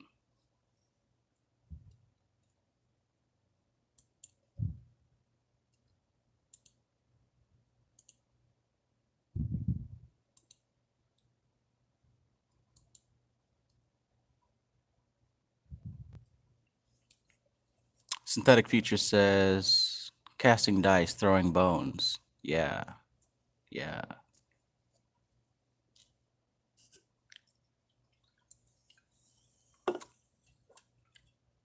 1, 2, 3, 4, 5, 6, 7.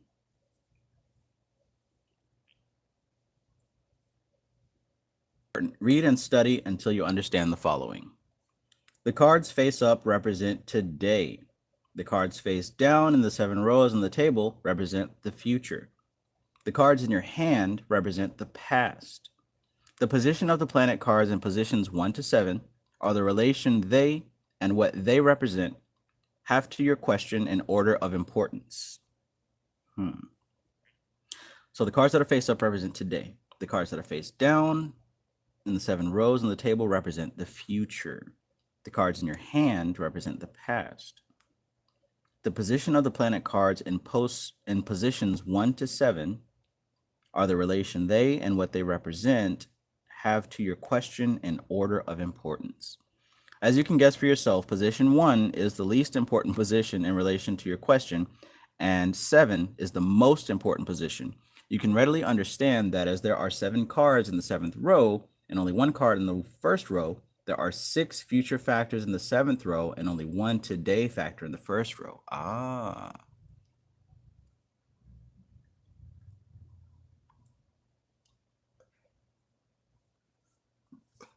Okay, starting to make sense. You have been shown that these playing cards are symbols that represent the factor elements that make up the physical world or physical plane world, and the positions of the cards as laid out by your shuffling and your concentration on your question represent the order these elements have to your question.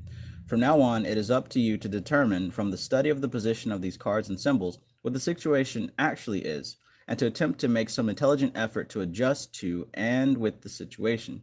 Try to see what the cards are telling you. For now, I will continue with the directions for playing the divination and come back to the reading of the divinations later.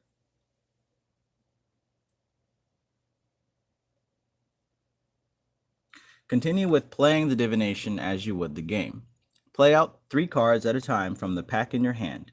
Use the card turned face up in your hand on the ones you previously spread on the table. Remember that you work down numerically from the top and alternate red and black. The object is to uncover the cards which are face down so that you can win. By playing out 3 cards at a time, you are bringing up from your past life's storage memory abilities you have accumulated through living and apply them to today's problems. To go over this important part again, your past contains certain things, assets as it were, which you, by 1 card out of 3, are bringing up and applying to the present future in relation to your present desire question. This ordinary way is represented by the play of the 3 cards at a time because in the course of ordinary living, we do not pressure ourselves too much to dig up these past assets, but take them in an ordinary way as they come.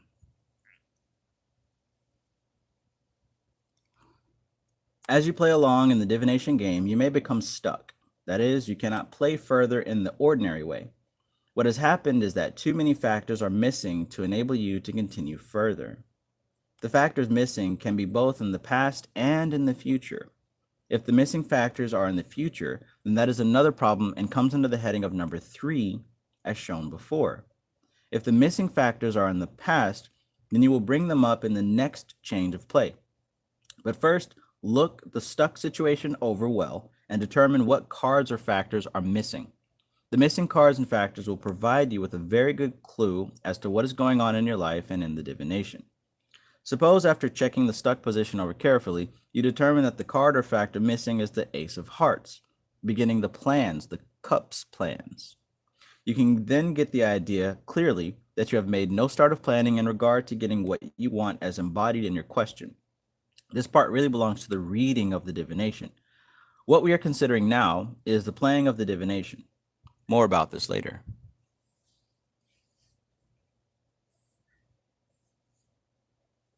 You can examine your mind to see if this is so. If you discover that although you wanted something, you had made no plans to go about getting it, you can certainly go about correcting that situation at once.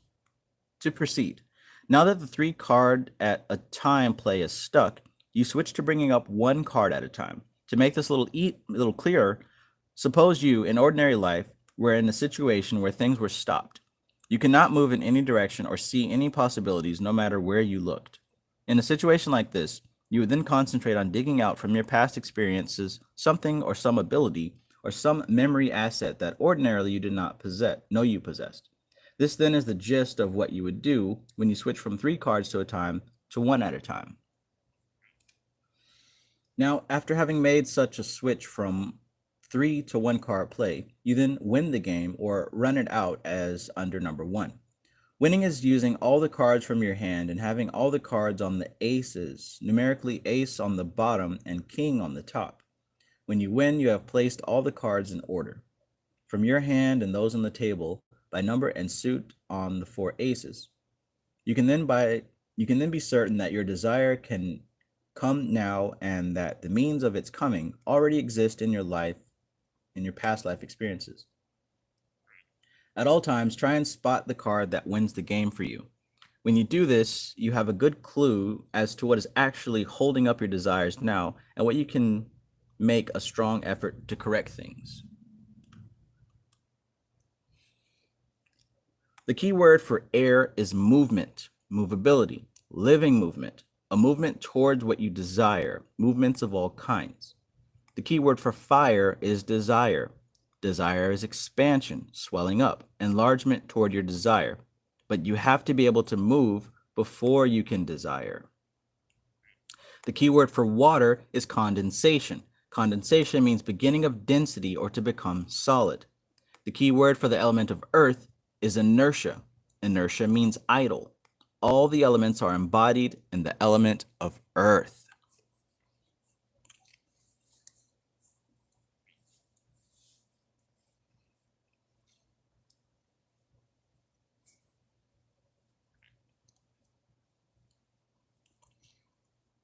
Jello, the digital DJ Zinc, says, many blessings, brother mages. Many blessings to you, my friend.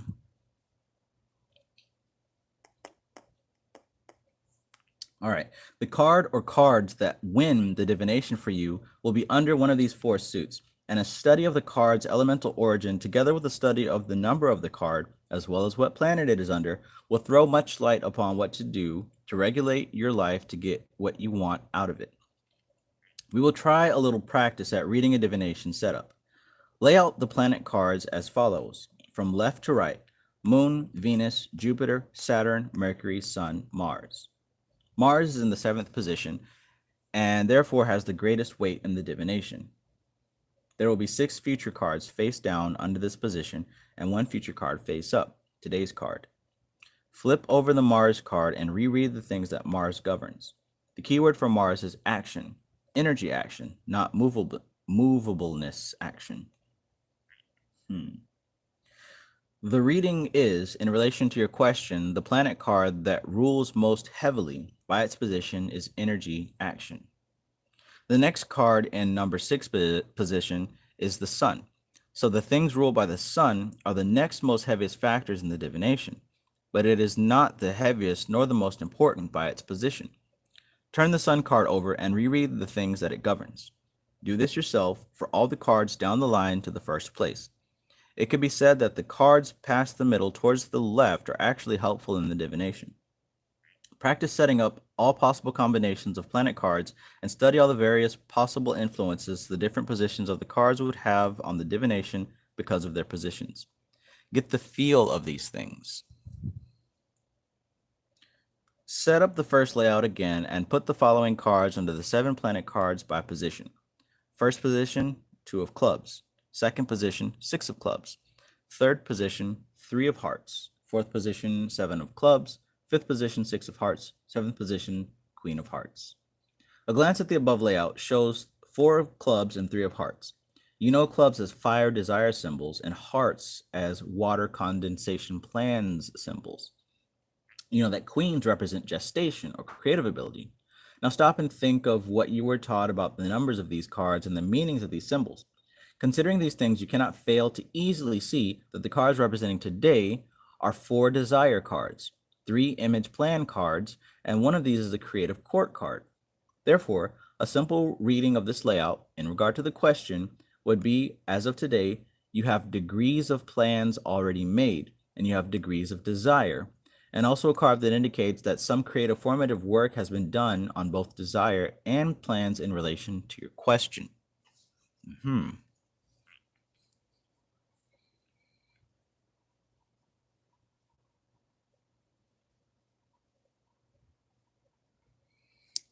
Greetings, Zola Lewis.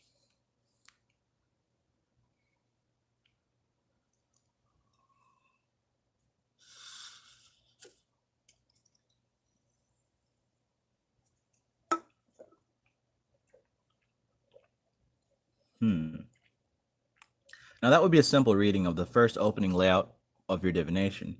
You could follow the same procedure all through the game and figure out how each change of cards or symbols would alter the layout. You could follow this through until the game ends in one of the three ways.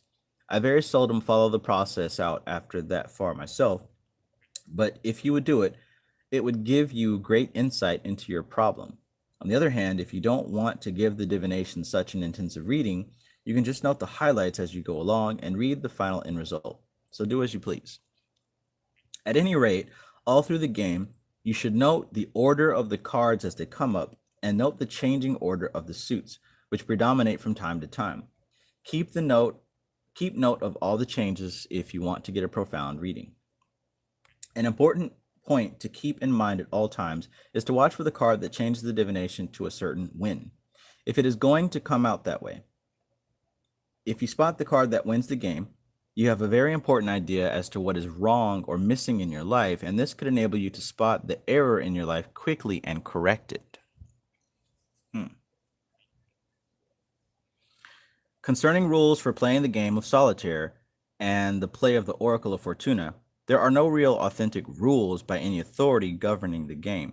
People play the game in many different ways and with many different variations, and many of these variations are the nature of a personal idiosyncrasy. Therefore, note the general rules following and the changes for the Oracle gameplay.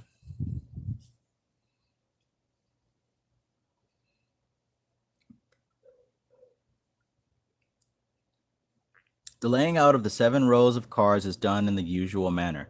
The only difference in the Oracle game is that the player has laid out the 7 planet cards first in a row on the board, starting on the left side and going over to the right, and the 7 rows of playing cards are laid out under these planet cards. After the 7 rows of cards are laid out, you will have, as you know, a pack of cards in your hand.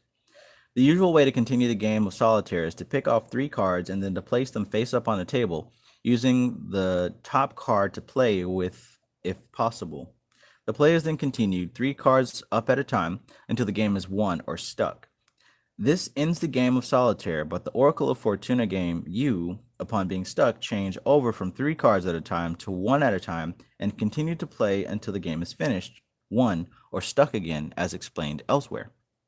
In the solitaire game, when an ace comes up, the ace is placed above the rows of cards, in this case above the row of planet cards, and as cards following the ace come up, these cards are placed upon the ace stack. The only difference in the Oracle game is that the aces are placed starting on the left side, and the next ace to come up is placed to the right of the first ace. In other words, the first ace up is number 1, and the other aces are 2, 3, and 4 respectively. The order in which the aces come up is of importance, so follow this order from left to right.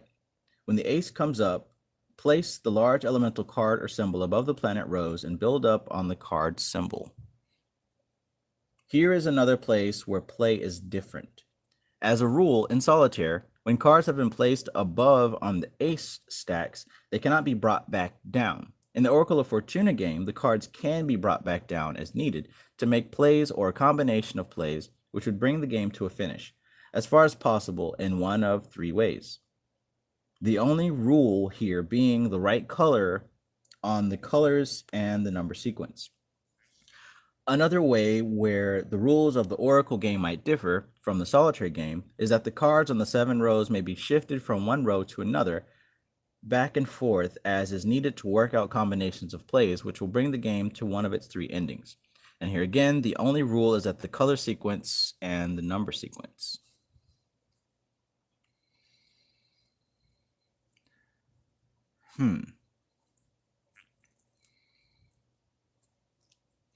Synthetic Future says gambling poker, in my opinion, is the highest application of this and gets the best reading, eye contact, pulse, thin lips, pupil dilation. I believe tarot was a game, but much higher, like a bank. Yeah, I can see that. I can see that.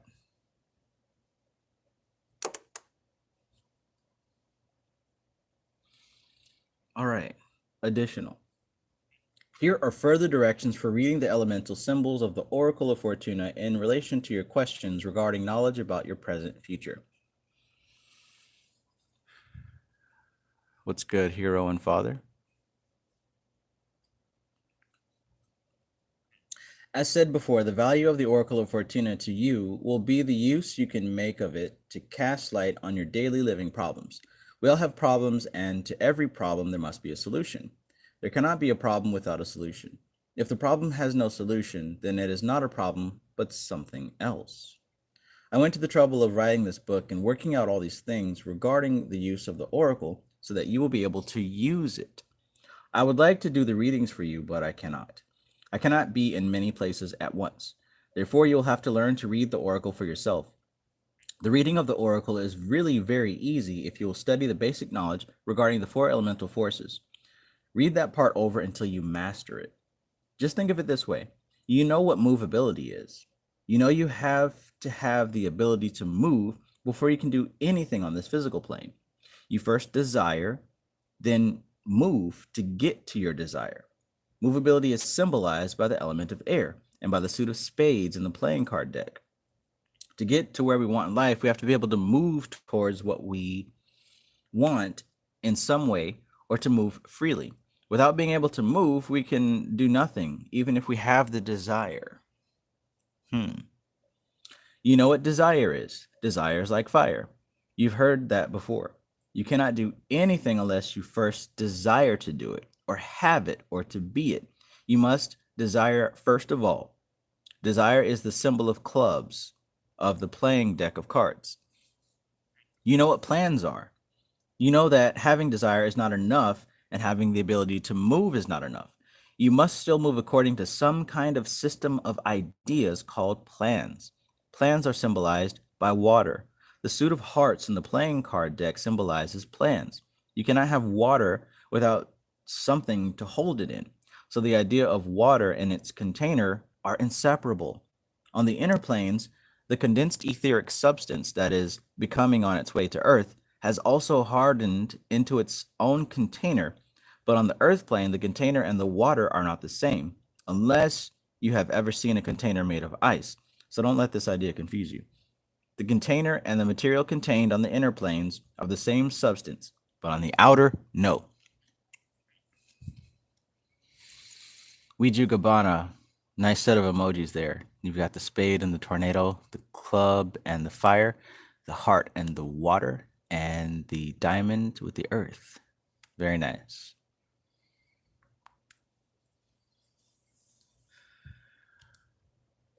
The fourth element, earth, is the desired end result that you want. The thing you desired, the thing you moved toward, the thing that took shape, the thing that became what you wanted in reality.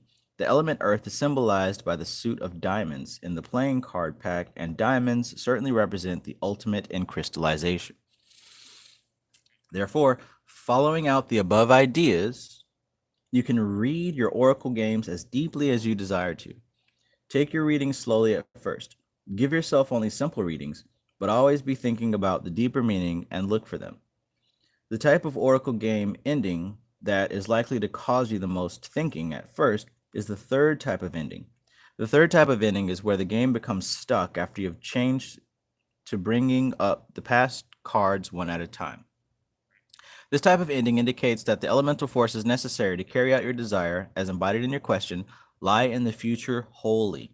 Another way of saying this is that the key cards necessary to close out the game are under some planet card in some row, and so situated that they are not available to close out the divination of the game. To say this in still another way, the cards needed to complete the game and the forces the cards represent, these cards and forces are in the future and not available for use now. However, if you will examine what planet cards they are under, you can get some idea as to how and through what they can come to you. How and through what they can come to you. Also, an analysis of the cards themselves should show you what factors are needed in your life to bring you what you want. Further, in connection with this third type of ending, you will generally find that it is an ace that is held up in the future and not available for any play. You know what aces stand for beginnings of things. Therefore, what aces held up will show you what you did not make a start at yet, and or what planet influence the ace was under. Ah, I like that.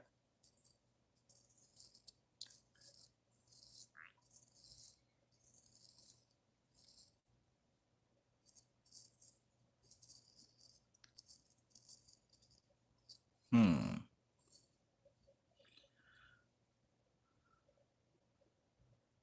Okay. Also, in this third type of ending, you will find many times that it is also a 2 or 3 that is holding up the play from completion, while the ace may be out. This would indicate that while you had made the start of a move as indicated by the ace being out, you had taken no other steps in the matter, or had not continued with the follow up, as it were. The answer here is clear. It is very seldom that a card higher than a 2 or 3 will hold up the carrying out of the oracle game. If you can get over the ace, 2, and 3, you will find that you can generally go on with the game to the end.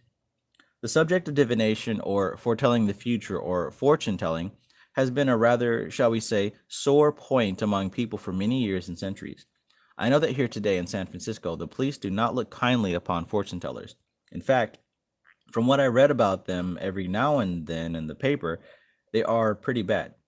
I saw a notice in the paper the other day that said some people were telling fortunes. I believe they were gypsies, but they weren't really telling fortunes. They were telling people that they had a curse on them and that these people would have to pay so much money to get the curse lifted and burn some candles.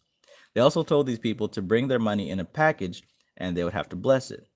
This would be done by the victim, and when he got home again and opened his package, he found his money was gone. In fact, I have some recollection here that they flim-flammed some man out of $5,000 or $6,000 here a year or two ago. They took off in their Cadillac and ended up somewhere down in Arizona where they were finally caught. I'm going to some trouble to tell you these things because I don't want you to get taken in by any fortune tellers, fake and or otherwise. Please do remember that very few of us have any fortunes to tell. Finesse, says 47 Psychonaut.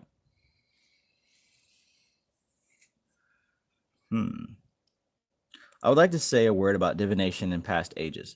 I'm sure that those of you who have read books, histories, and other kinds of speaking of the Roman and Greek eras and beyond that, even the Hebrew period, must have been struck by the fact that there were constant references to divination of various kinds.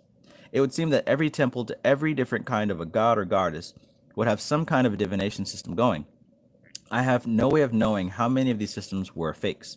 Undoubtedly, in some of the largest temples, there were sources of information not available to other peoples, and these sources of information were drawn upon to make predictions about the future. It is entirely possible that these sources of information were combined with intuition, which was brought on by the regime that the people in the temple practiced. They would take various kinds of drugs, as the pythoness at the oracle of Apollo would chew young bay leaves. These young fresh bay leaves would contain hydrocyanic acid, which is hydrogen and cyanide acid, which is a deadly poison.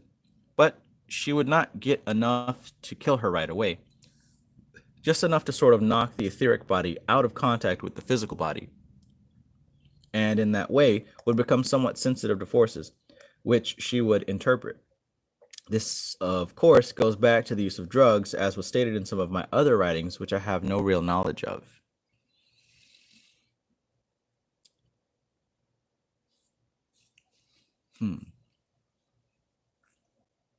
To repeat for emphasis, the Pythia at the Oracle of Apollo and all of the other instruments of the other oracles did not receive the answers to the questions in words.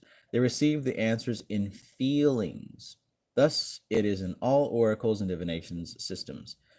The answer comes in feelings, and you must learn to receive these feelings and to interpret these feelings so as to understand the meaning of the oracle system, whatever you're using is trying to convey to you. Practice also makes these feelings more accurate or perfect in conveying understanding. Then, in addition to these services in the temples that I referred to, I am now again speaking of approximately Roman times. there were a large number of people called augurs who did practice a kind of divination trade for everybody.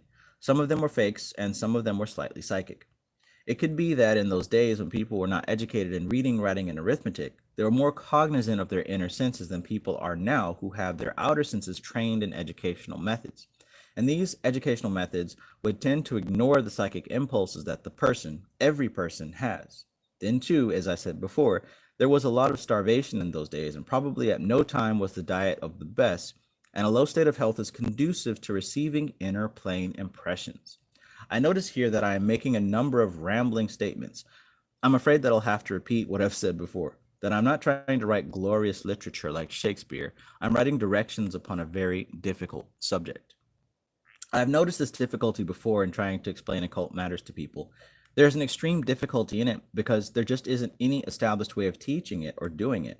There actually is just one main source of truth, and everything I teach and write about is just the same thing in a slightly different form. So you'll have heard some of this before. Again, I will say that there isn't any real language either. All I have is the English language, and this language is not very well adapted to trying to explain inner plane things in outer plane terms, which is just about all I can do anyhow. I've read hundreds of occult books, and they either say nothing, or else they get so mixed up in ramifications of definitions and semantics that they finally end up not knowing what they're talking about themselves. Or, if they do, they don't seem to be able to convey any ideas to other people. So, I'm going to talk to you in a very ordinary way. I said elsewhere in my writing that everything in the physical world plane is connected. I do wish you would ponder on this statement for a long time and try to picture in your mind everything in the physical plane world as being connected by invisible threads or strings or ropes of etheric astral matter. There's a book called The Secret Science Behind Miracles by Max Freedom Long that you should get and read. The book will be carried by Gnostic Institute. There's a lot in the book, but the best material of all is the part where Mr. Long describes how the old Hawaiian used to describe the astral plane and astral matter as being sticky.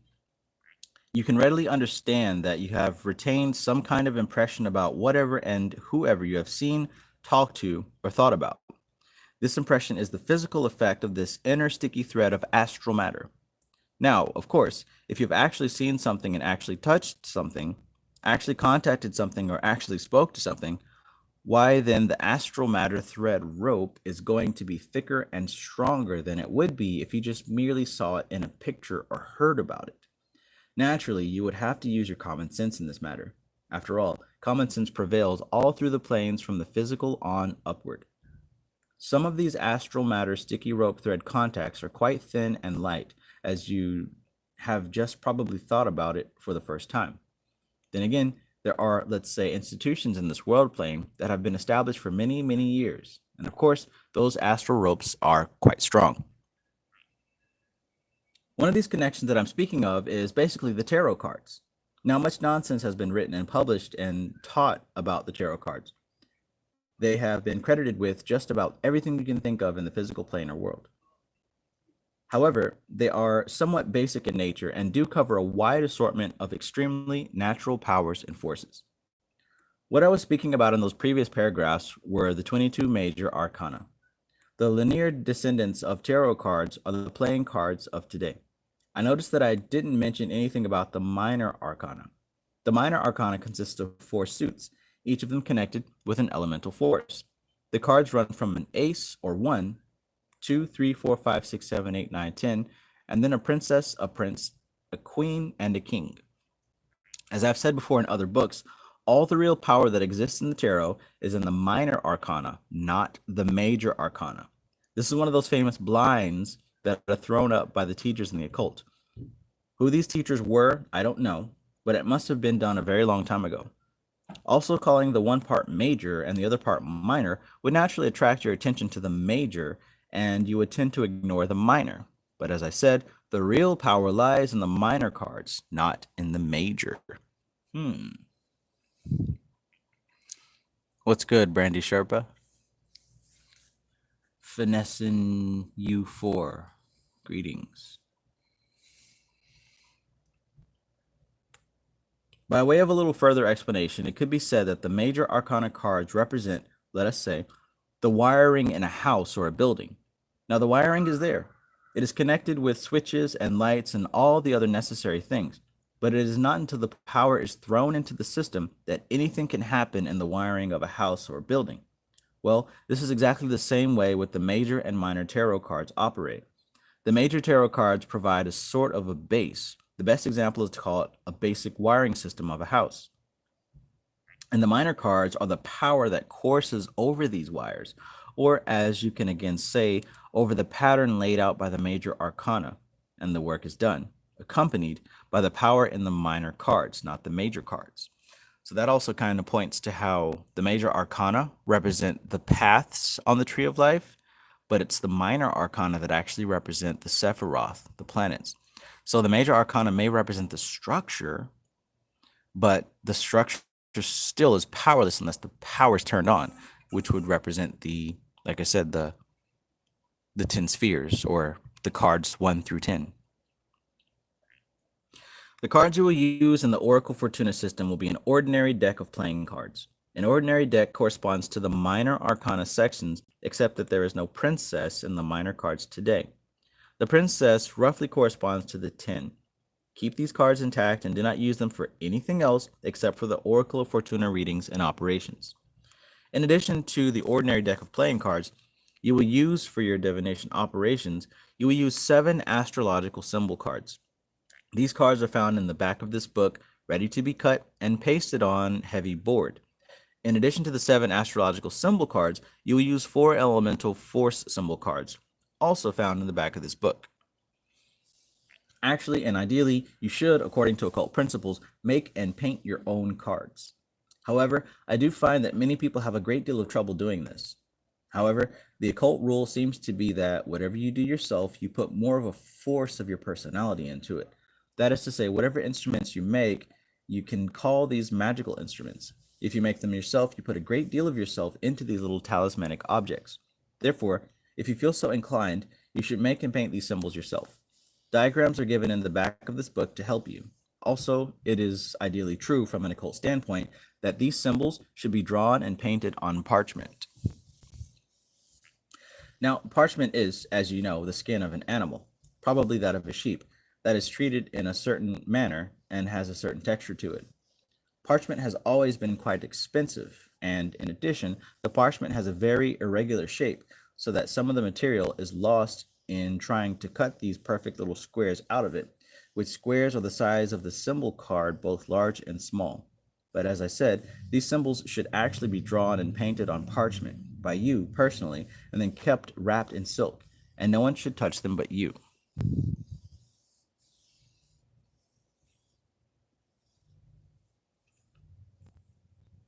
To explain a little more about divination as it seems to have been practiced in the old days, it appears that practically everything was used for divining one thing or another. There was lightning. A great deal of divination was done with the livers of animals, ox liver or sheep liver.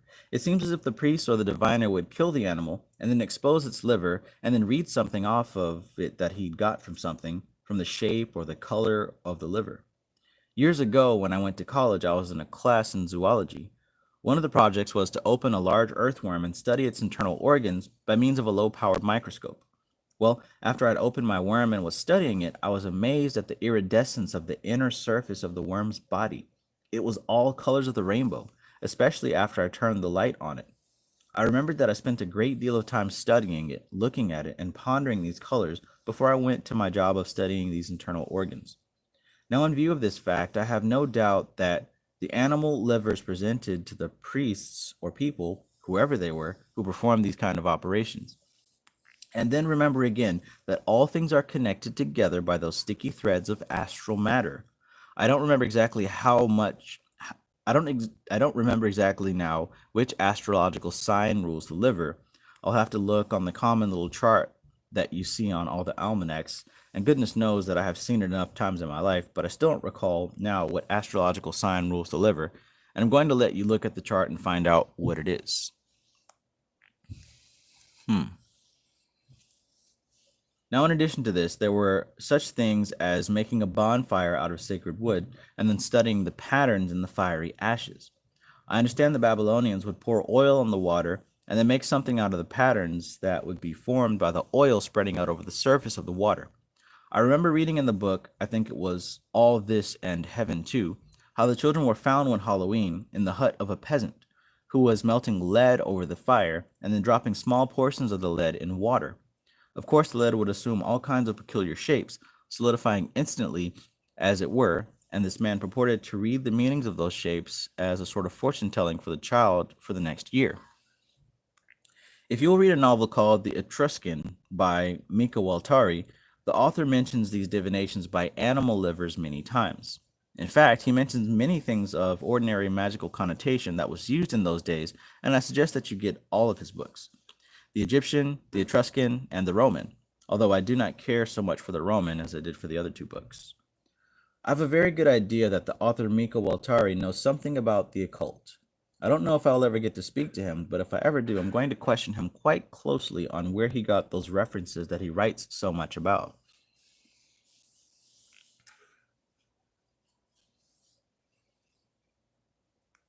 Now, I'm going to digress a little bit, but I'm going to say that in many books by many different authors, you find a lot of references to occult matters.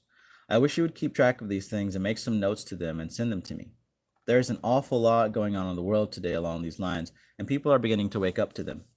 And they look in the past ages and they find a lot of things that they just skipped over before, but now with new occult teachings coming along and becoming a more or less everyday occurrence, much attention is being paid to these matters.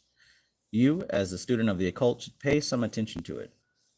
It appears that the ancient world there were a number of famous oracles.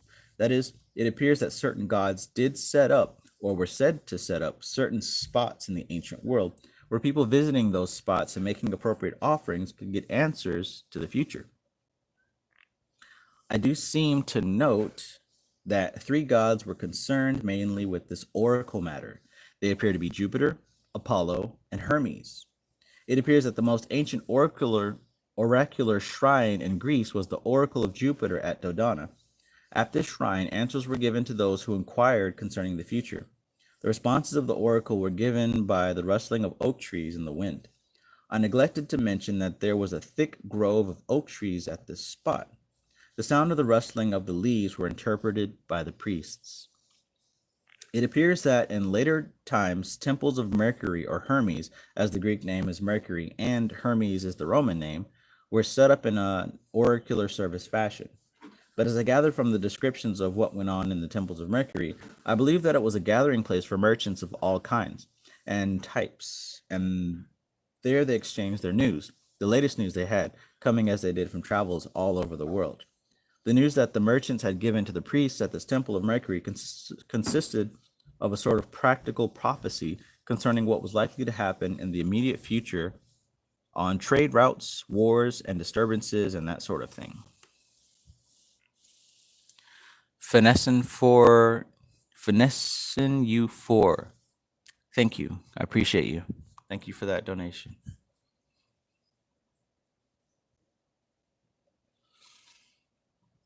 Okay, so this should interest you, Synthetic Future. Addendum on gambling.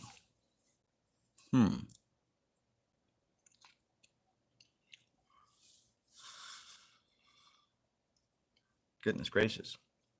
Okay, so addendum on gambling. I'm constantly being asked about the application of the occult to gambling of all kinds. I have no personal objection to gambling. However, there is more to the gambling subject than just rolling a few dice or flipping a few cards over. If you want to gamble, you'll have to give it the same devoted application or attention and occult law understanding that you do to anything else. You can't just read a few occult books and then go to Las Vegas and clean up. If you study any successful gambler, you find he uses the same type of concentration, attention, drive psychology that any other successful person does. You see, the whole situation consists of grounding the inner occult forces into Earth, its Earth plane, and all successful professional gamblers do that, perhaps better than many Christians do with their religious principles. Ooh. If the gambling you are interested in is horse racing, then you must go and practically live with horses. Live with them until you can talk to them and they can tell you which horse is going to win. Well, anyhow, it is about like that. Then, too, there is the gambler who wants to lose, and for him, there is no help from the occult. Oh, goodness. Interesting. But, brother, no man can know the day or the hour. It is not for man to understand, my brother. Oh, man. Humans. All right. So that looks like we've just about wrapped up that short book. Here's the appendix on those shapes that he was referring to. How to draw the air card, if you're interested. Again, the PDF is in the description, which you can easily download and draw. You've seen these shapes before. You know how they look. So we start with a circle with some lines. Ooh, check that out. So that's how you draw a circle. Circle is a symbol that represents air. These are the appropriate colors for it. I think I'm going to go to the dollar store and get some construction paper and finally make these Tatwa symbols. Cut and paste this information on the back of the air card. Air represents movement, quality of motion by itself, controlled movement, ability to move. The playing card suit is spades. The tarot symbol is swords. How to draw the fire card. Triangle. As you can see. On the back of the fire card, you'd want to write consumes and changes, desire, expansion by desire. The playing card suit is clubs. The tarot symbol is wands. This would be the water card. Black and white. Water, beginning of form, semi-solid, molds needed. Playing card suit, hearts. Tarot symbol, cups. How to draw the earth card. It's square. Bitch, you guessed it. Woo! Its colors are yellow and purple. The earth represents solidity, inertia, resistance, the material. The playing card suit is the diamond. Tarot symbol, disc, coins, pentacles. How to draw the Saturn card. Oh, gee. That's a lot of lines and circles there, OPHIEL. What? Oh, okay, I see. The cross with the moon.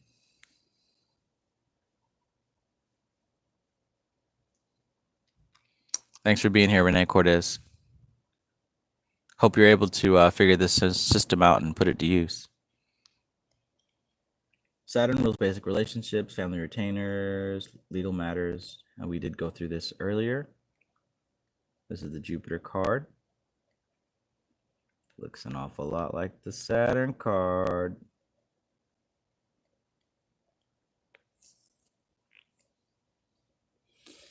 But yeah, there's the Mars.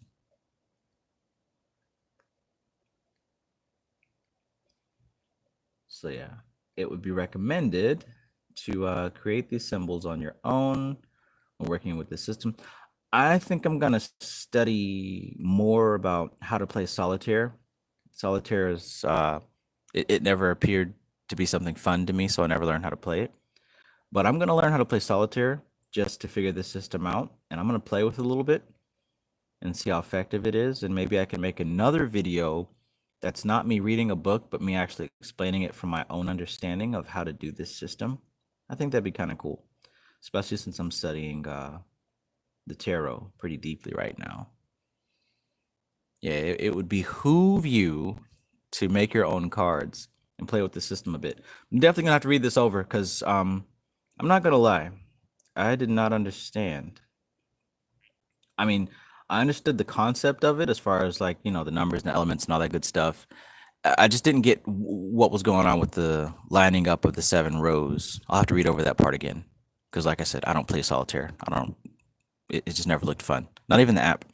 But I'm going to make an effort to figure that out so that we can make some sense of this. Hopefully one of you guys can get to it before me.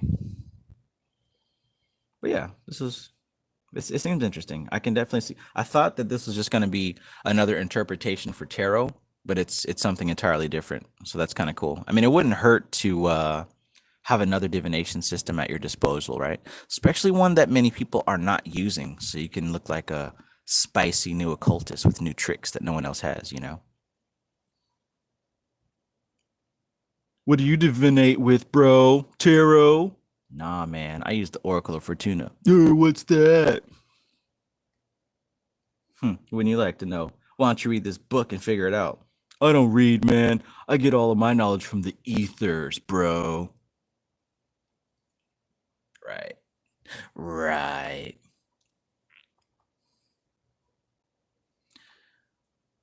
I'm a Foot says it's built into Windows. When I didn't have internet, I learned solitaire. 1v1 me, bro.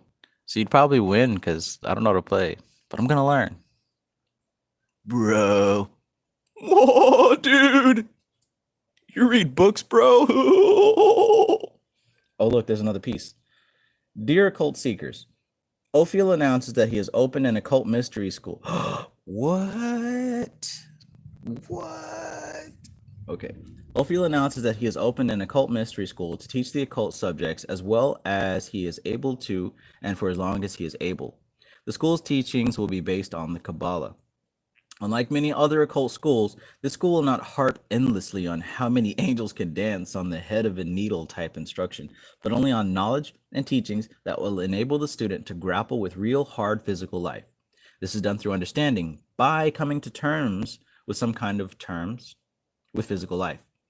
I say that this grappling with physical life is the first requirement of occult knowledge and training, and then, after all this is done, you can take off into the wild blue yonder with all the abstract spiritual development you can swallow or want to do for all eternity. But first things must come first. Will someone please tell me how you can devote yourself to a spiritual development when the daily physical needs are not taken care of, such as food, clothing, and shelter? Are you to starve to death gracefully while you study abstract qualities which lead to inner development? Gee, that sounds like a lot of YouTube shit, right? Well, you do as you please. My life experience has taught me the hard way that physical plane matter claims must be neutralized before one single step can be taken toward a transcendental non-physical state. If you can do it in some other way, just show me how.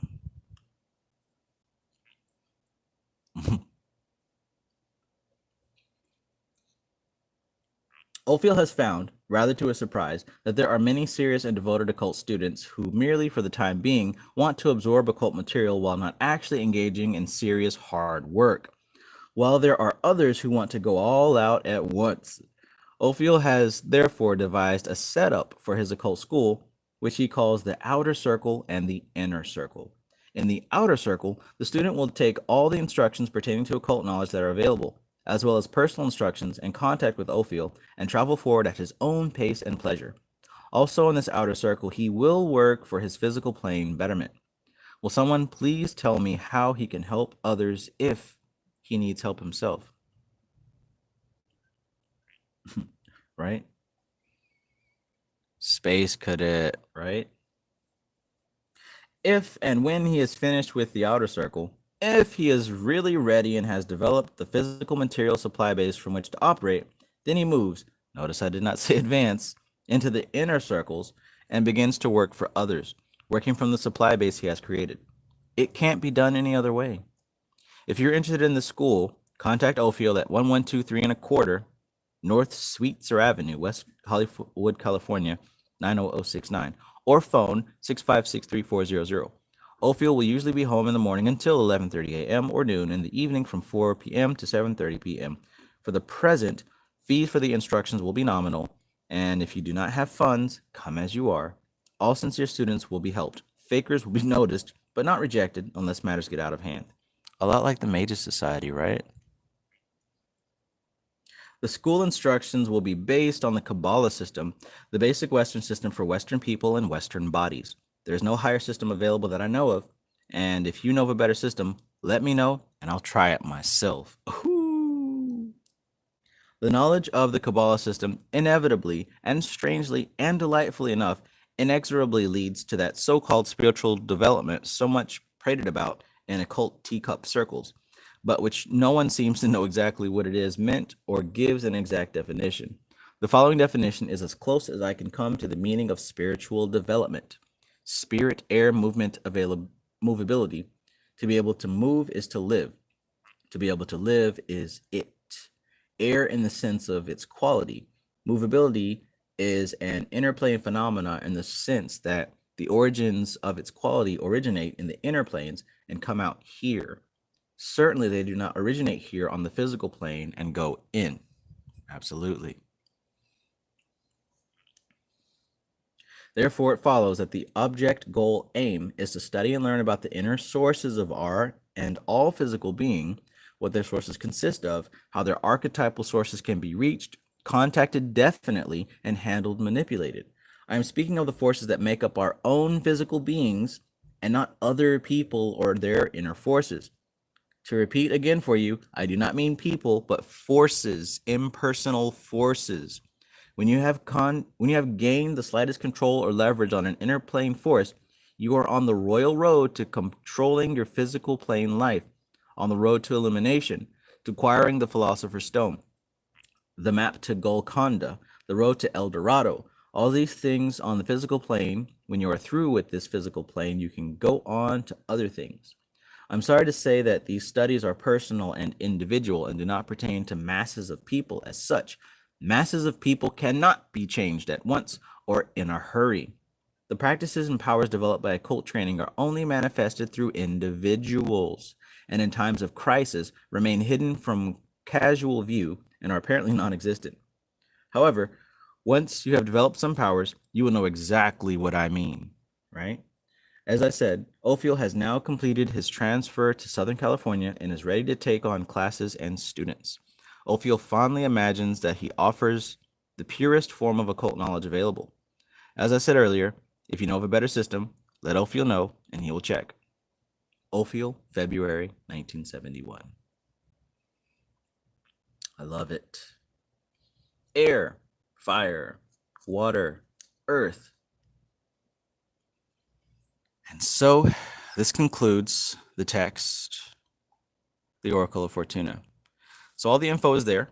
Some stuff we knew, some stuff we didn't. I think most of us are probably going to have to read this again. If you care, I'm going to have to learn about how to play solitaire to get this thing right. But if nothing else, this serves as a pretty darn good resource for the different elements and the planetary energies. And just a reminder that everything on this physical plane doesn't start here, but is a symbolized manifestation of things that have been developing on the inner planes. Now, when you speak about these elements, also understand the secret formula of the tetragrammaton, the four-letter word name of God. Yod, He, Vav, He, with each letter symbolizing an aspect of creation. The Yod represents the movement. The He represents the desire. The Vav represents the plans coming together. And the last He represents the manifestation of such a thing. So if you didn't learn about the card system, at least you memorize the energy of these elements. Now, no matter what you're going to be studying in the occult, if you're actually studying the real shit, you're going to be learning about the four elements or the seven energies of the planets, right? It should relate back to this because this is the occult. This is the secret knowledge. Anything that doesn't really touch on this stuff is, probably something that doesn't really matter in the long run. But the occult that I'm seeing, the thing that repeats itself over and over and over, and I read, on a very regular basis for long periods of time, multiple different books, the things that I see that repeat itself is the concepts of there are multiple planes of existence. The higher planes are very fine, very spiritual, very mental, and the lower planes are very physical, right? So is the tree of life, but essentially the oneness of the universe gradually separates into the two-ness, right? The duality, the masculine and the feminine. And then that separates even more, divides into the seven planetary energies, right? And then those divide into the four elements, the four planes, and that divides into everything else. So if you want to figure out how to change the world with magic, you don't do so by necessarily lighting some incense or a candle or reading some spooky words or daydreaming about a spooky demon. You understand that the candle, the incense, the spooky demon is a representation of one of these higher plane energies, right? So it's not, there's a angry looking cartoon beast with sharp teeth. It's a symbol that represents one of these energies that you're getting into contact with, or a combination of these energies. Now, By working in these higher planes through the gateway of your imagination, you're using the symbol of that energy to move a related thing in your life, right? Remember how we said the war is governed by this Mars energy, how schools and libraries and commerce is ruled by this Mercury energy, how the court system, your ego, entertainment, and all that good stuff is ruled by this solar energy.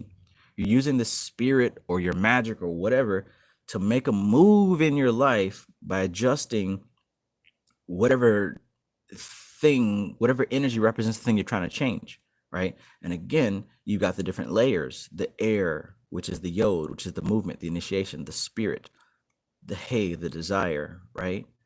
The vow, the formulation of the plan; the final hey, which represents the physical manifestation. But the higher up you go, the more in the realm of cause you're going, and not so much in the realm of effect. The lower you go with the realm of effect, the higher you go the realm of cause. But what we do with magic and the occult is we learn about the structure of these plans and how to make changes, right, based on going into the realm of cause. So this all should make sense. And like I said, the more that you study, the more that you read, the more that you practice, the more that you meditate and do all these other things, this all makes sense. It's the same story. It's the same story, just with different language, you know what I'm saying? Different symbols, whatever. Maybe I'm biased, but this is all pretty easy to understand. Mystic Moons asks, how does it tie into the multiverse theory? When you say multiverse theory, that probably has a different definition to whatever I might think of that. But I'm going to assume that I understand the same thing that you understand. But basically, we live in the present, we live in the now. And the higher up you go in these realms, remember it talked about how Earth is solidified. Right above that is water. And that represents the plan, the potential of a thing, but it isn't fully formed yet. The higher up you go, the less formed it is, which means that there's potential for different alternate possibilities. So if you've got an initial cause up here, it can manifest in many different ways. But the closer it gets to physical reality, it gets more solidified. So in other words, if the cause is to, make a bunch of money, all these different possibilities happen. You could get a raise, you can get overtime, you can win the lotto, all these different multiverses happen. But the more condensed and denser those realities get, your consciousness finds itself into the one that makes the most sense. Your consciousness finds its way into one that is closer in the sphere of availability, right? And we talked about that in OPHIEL's The Art and Practice of Getting Things You Want Through Material Creative Visualization. But it all depends on your sphere of availability as far as which, multiverse you manifest in. But the higher up the planes you go, you got all those different possibilities for manifestation. But you find yourself in the realm of the one that is in your sphere of availability. If that makes sense, let me know if that makes sense. If not, then I'll try to say it a different way. But yeah, this was pretty interesting. I learned some more layers to things that I knew, and I learned some things I did not know. Come to the Magus Society website. Tonight, we're going to be watching Pan's Labyrinth. Yeah, Pan's Labyrinth. Interesting movie. We're going to watch that, and afterwards, we're going to talk about it. It'll be on Discord, of course, but find your way into the website, and you got it. Does anybody have anything else that they want to say? Any other things that they noticed from the book, or any questions or comments or confessions of undying love? You can also tell me how awesome my new unicorn pin is.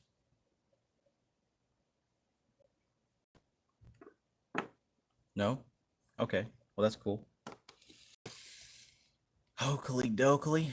I think I'm going to go for a walk. Think I'll go for a walk outside now. Something. Foot says, I just watched it. Did you like it, though? Do. Mystic Moon says, I was just going to mention the Fab pen. Oh, thank you. Where's it from? It's from Amazon. If you type in unicorn pen, you'll find it. I'm going to buy one for my mom because she said she liked it also. I love my mom. I don't see her nearly as much as I should at all. I don't see anybody in my family really except for my brother. I probably should change that because they're all still alive. Okay.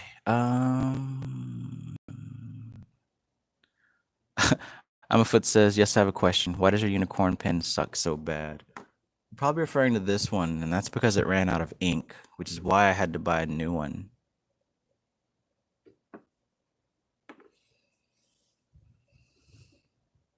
Framestar Film says, thanks for the readings, JT. You're absolutely welcome. Thank you for caring and being interested in this kind of thing.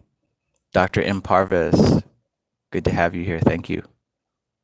Weiju Gabana says, peace, Travis. Big respect. Keep it up. Thank you, bro. You keep it up as well.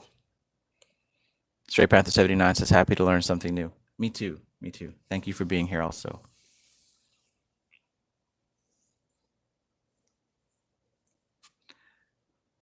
All right, guys.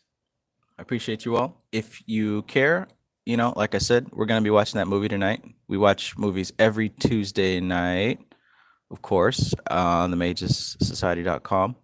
Pretty easy to find. Peace out, Gerald Subright. Good to see you. I'm sure you'll be tonight. And if not, I'll see you on Instagram. Speaking of which, follow me on Instagram because I read these books and I take notes and I take pictures of those notes. If you care about my thoughts, you know, it is what it is. It's good to take notes because not just like, you know, you're going to forget or anything, but it's good to take notes and then read back over them later because oftentimes you'll find that you'll remember or think of something that you didn't figure out at the time.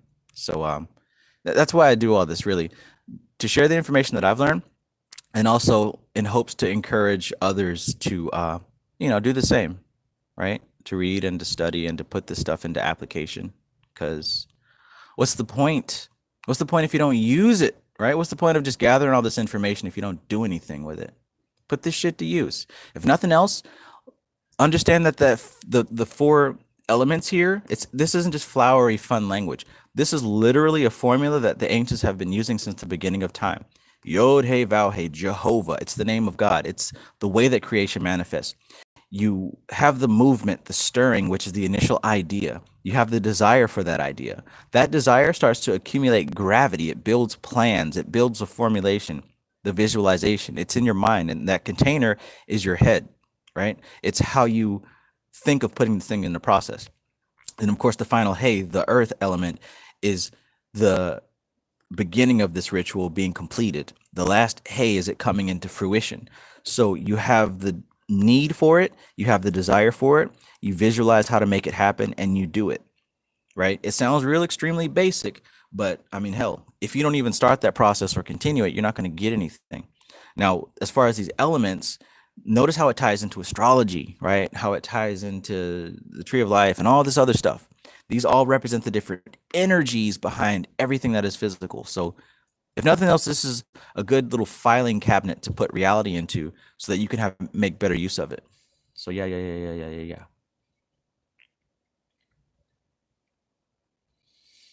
All right, guys. Thanks for joining. I'm gonna have to go off.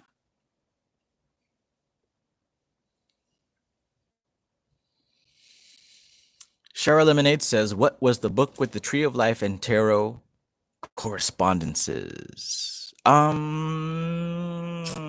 What's it called? TQT. The Kabbalah. Oh shit, let me just grab it. How about that? I think I'll go for a walk outside now. There it is. The Kabbalistic Tarot. The Kabbalistic Tarot, and it is written by Robert Wang. This is a textbook book, right? But this is where you're gonna get that good old school knowledge here, and it goes very much into depth as far as how the All the cards from the major arcana to the minor arcana relate to the tree of life. It's a great way to break down how tarot from a real occultist perspective and not just somebody who watched 2 YouTube videos on tarot and now they're selling card readings to everybody. Which, you know, it's a pretty intuitive system that works with very minimal knowledge, but the more you know about it, the more effective you'll be with this, right? And the less you'll treat it as some little novelty, fun thing and actually use it, right? To do some serious stuff with, you know, but hey, do what thou wilt. That's love right there. All right, Lee Marie Davis, I understand y'all over in the UK. You know what I'm saying? Y'all tucking it in for the night. King David, thanks for joining us as usual. Peace, bro. Cheryl Lemonade, thank you, thank you. All right, so yeah. If there's nothing else, then I'm going to go ahead and end the stream. I appreciate you guys. Thank you for tuning in. Ashe to the Order of the Phoenix. Ashe to the Order of the Unicorn. This is TK Trav, aka Travis Magus, here with LVX777. Give me some peaches in the comment if you know about that OPHIEL, right? Healing himself with peach soda and whatnot, just like Bobby Hemmett. It's the secret. Peace, unicorns. All right, y'all. Have a good night. Sleep well. You know what I'm saying? Be good to yourself. Have positive thoughts. Not just because, you know, oh, think positive, but understand that, like I said, this is the system, right? What you have in your mind, that's the movement. Then you have the desire. Then you have the plan for it and the fruition. This is why it's important to have your affirmations and your positive thoughts. It's alignment. It's attunement. What you focus on expands. So let the world go crazy and act retarded. You know what to focus on, right? You know what to focus on. Focus on your self-development. Focus on learning. Focus on your growth, your enlightenment. Focus on the ultimate ideal. Focus on the prize, right? And that's how you bring it to you. Not by focusing on worry and fear and pain and destruction. Let them do that. That's what they're good at. Let them have it. But yeah, this is TK Trav, aka Travis Magus, here with LVX777. I love you guys. Peace. Somebody come get her. She's dancing like a stripper. I ain't the sharpest tool in the shed. She was looking kind of dumb with her finger in her thumb and the shape of an L on her forehead.